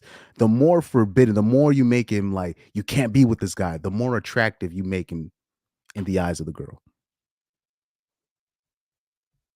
He said, true, like blackness is to be measured by, man, like I remember I told you that the story the other day, the girl was the Asian girl was like, oh, like you're not like, you don't say like typical black things or whatever. I'm like, what are you talking about? Like, what do you want? Like, I'm not dancing enough for you. What's going on? I'm like, and she couldn't stop talking to the point where I remember one of the white dudes at my lunch table at the time, he told her, hey, girl, just cut it out. And mind you, the girl was a senior. The girl was a senior, and the white dude was my age. He was a freshman, and he had to tell her, girl, you're just stop talking. Just stop talking. Just please stop talking. He says, shame, blame, and explain don't work on 304. That's what, man, I'll be trying to tell these dudes. Or it'll be like the pro black dudes. They'll be shocked that the pro black women that they thought was their friends, they'd be shocked when they find out that those pro black women be having white boyfriends. They'd be like, how could you? Them ninjas be ready. They'd be ready to cry. They'd be like, how could you? I've seen a lot of people pivot to the manosphere. I'm not gonna say no names. Black Phillip. I've seen a lot of these dudes pivot to the manosphere when they found out that the black women that they were sipping for really don't like black men like that. They're really just pro-black women. Like black women are really pro-black women that are pro-black. They're just really just pro-black women. That's it. Or I'll even say this.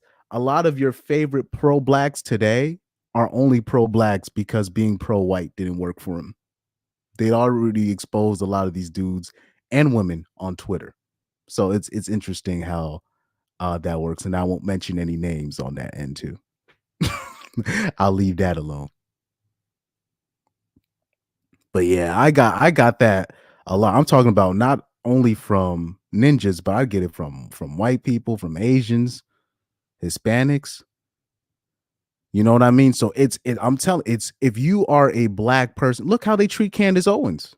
If you are a black person and you just think a different way, they are going to put you in a people are going to put you in I'm talking about the conservatives, the liberals, and the moderates. They're going to try to put you in a box to how you're supposed to think just because you're black. This is what the white male conservatives have no idea. Like, if you come out as a open black conservative, people are just not going to want to associate with you. They're not, bro. They're just, you better be a Giga Tyrone. And even the Giga Tyrones, they don't touch politics. They don't even try to touch politics. I know a dude from Norwalk, right? This kid I used to work with. This dude was a black atheist conservative. I was like, nigga, you trying to I'm like, this ninja trying to get kicked out of the whole community. The whole community. This dude I'm talking about, he's an open black atheist conservative. I'm like, this dude is trying to just I'm like, bro, you trying to just oh man. He said, can you educate me on the do's and don'ts when having a black friend as a foreigner? You people seem cool but corny at times. No offense. Man, I like to visit America someday. Just I'm not saying there's nothing to worry about, but I would just say this. If you're dealing with it's a difference between you got your American blacks, you got the Jamaicans, you got the Africans, right? You got the Nigerians, you got the Haitians, you got the who else? What other different groups of black people that we got here? But those are the ones that we got, right? You got the immigrants from the Caribbean. So I already said Jamaican, Haitian, Saint Croatian, the Trinidadians, right? It's you don't really have to worry about much. I always say it's only a matter of what neighborhood, right? What neighborhood you end up growing up in. And then on top of that, if you're in the older you get, the less you might have to worry about what race a person is. It's just a matter of if you guys agree on the same ideals, no matter the race. I wouldn't even focus on the race, because whatever stereotype that they're gonna put on TV for you, it's always off a stereotype. You know what I mean? It's never it's always gonna be through the eyes of whoever's producing the TV show. And most of the people that produce entertainment on TV are the small hats, if you know what I'm saying. So so don't even worry about skin color in terms of,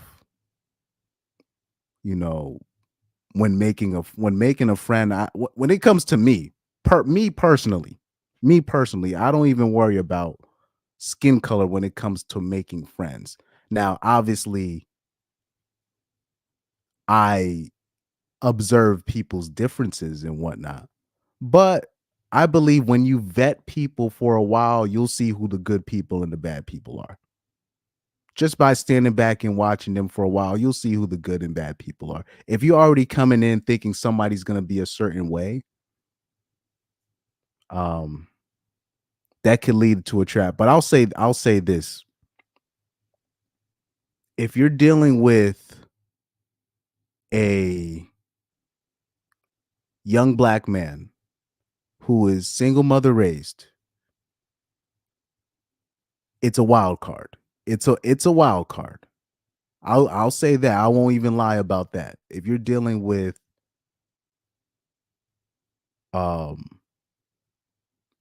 if you're dealing with a black man or a black kid who's single mother raised, you're dealing with a wild card. Even if he's a good person, you're dealing with a wild card. So you're dealing with somebody that's gonna be always coming off of emotion most of the times. But when it comes to just making friends in general, when it comes to making friends in general, I don't even really focus on race. Pyro, I don't want to talk about that right now. I don't want to. That's a rabbit hole that I almost fell for it the other live stream, but I won't fall for it right now. I'm not gonna do it. I'm not gonna do it. I'm not gonna do it. But by the way, V, do you live in America currently, or oh no, because you said you're still in India. You're still in India. So you're not gonna even really run into a whole lot of black people in general, but just understand that if you do see black people traveling, right?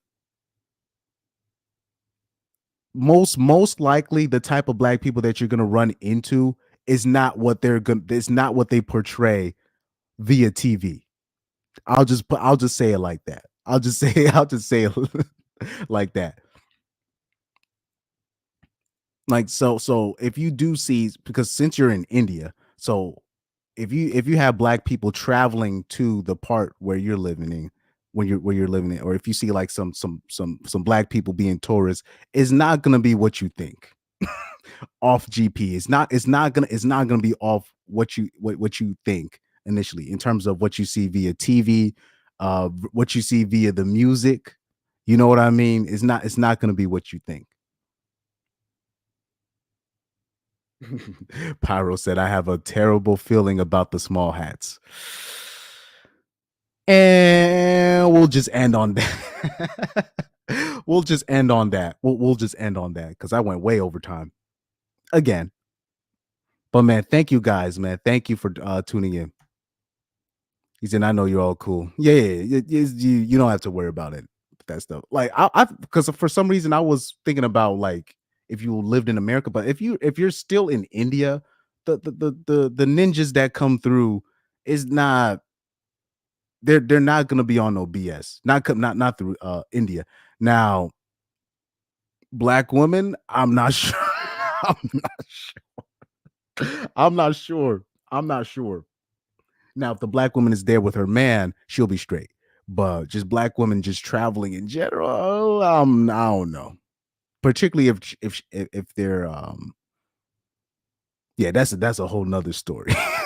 that's a whole nother story. But in general, in India, black people traveling to India, a lot. First of all, black people don't really like to travel to India in general, but if you do see black people in general in India, they'll be, don't worry, you'll be, they'll be fine. They'll be well behaved.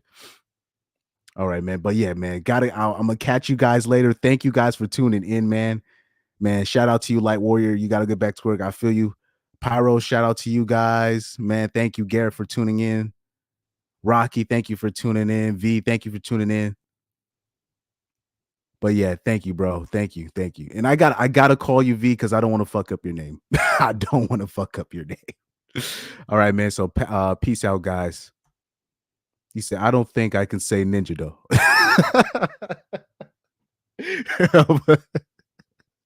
Oh man. But yeah, man. Shout out to you guys, man. I'm gonna sign off on this. Watch out for these 304s in college.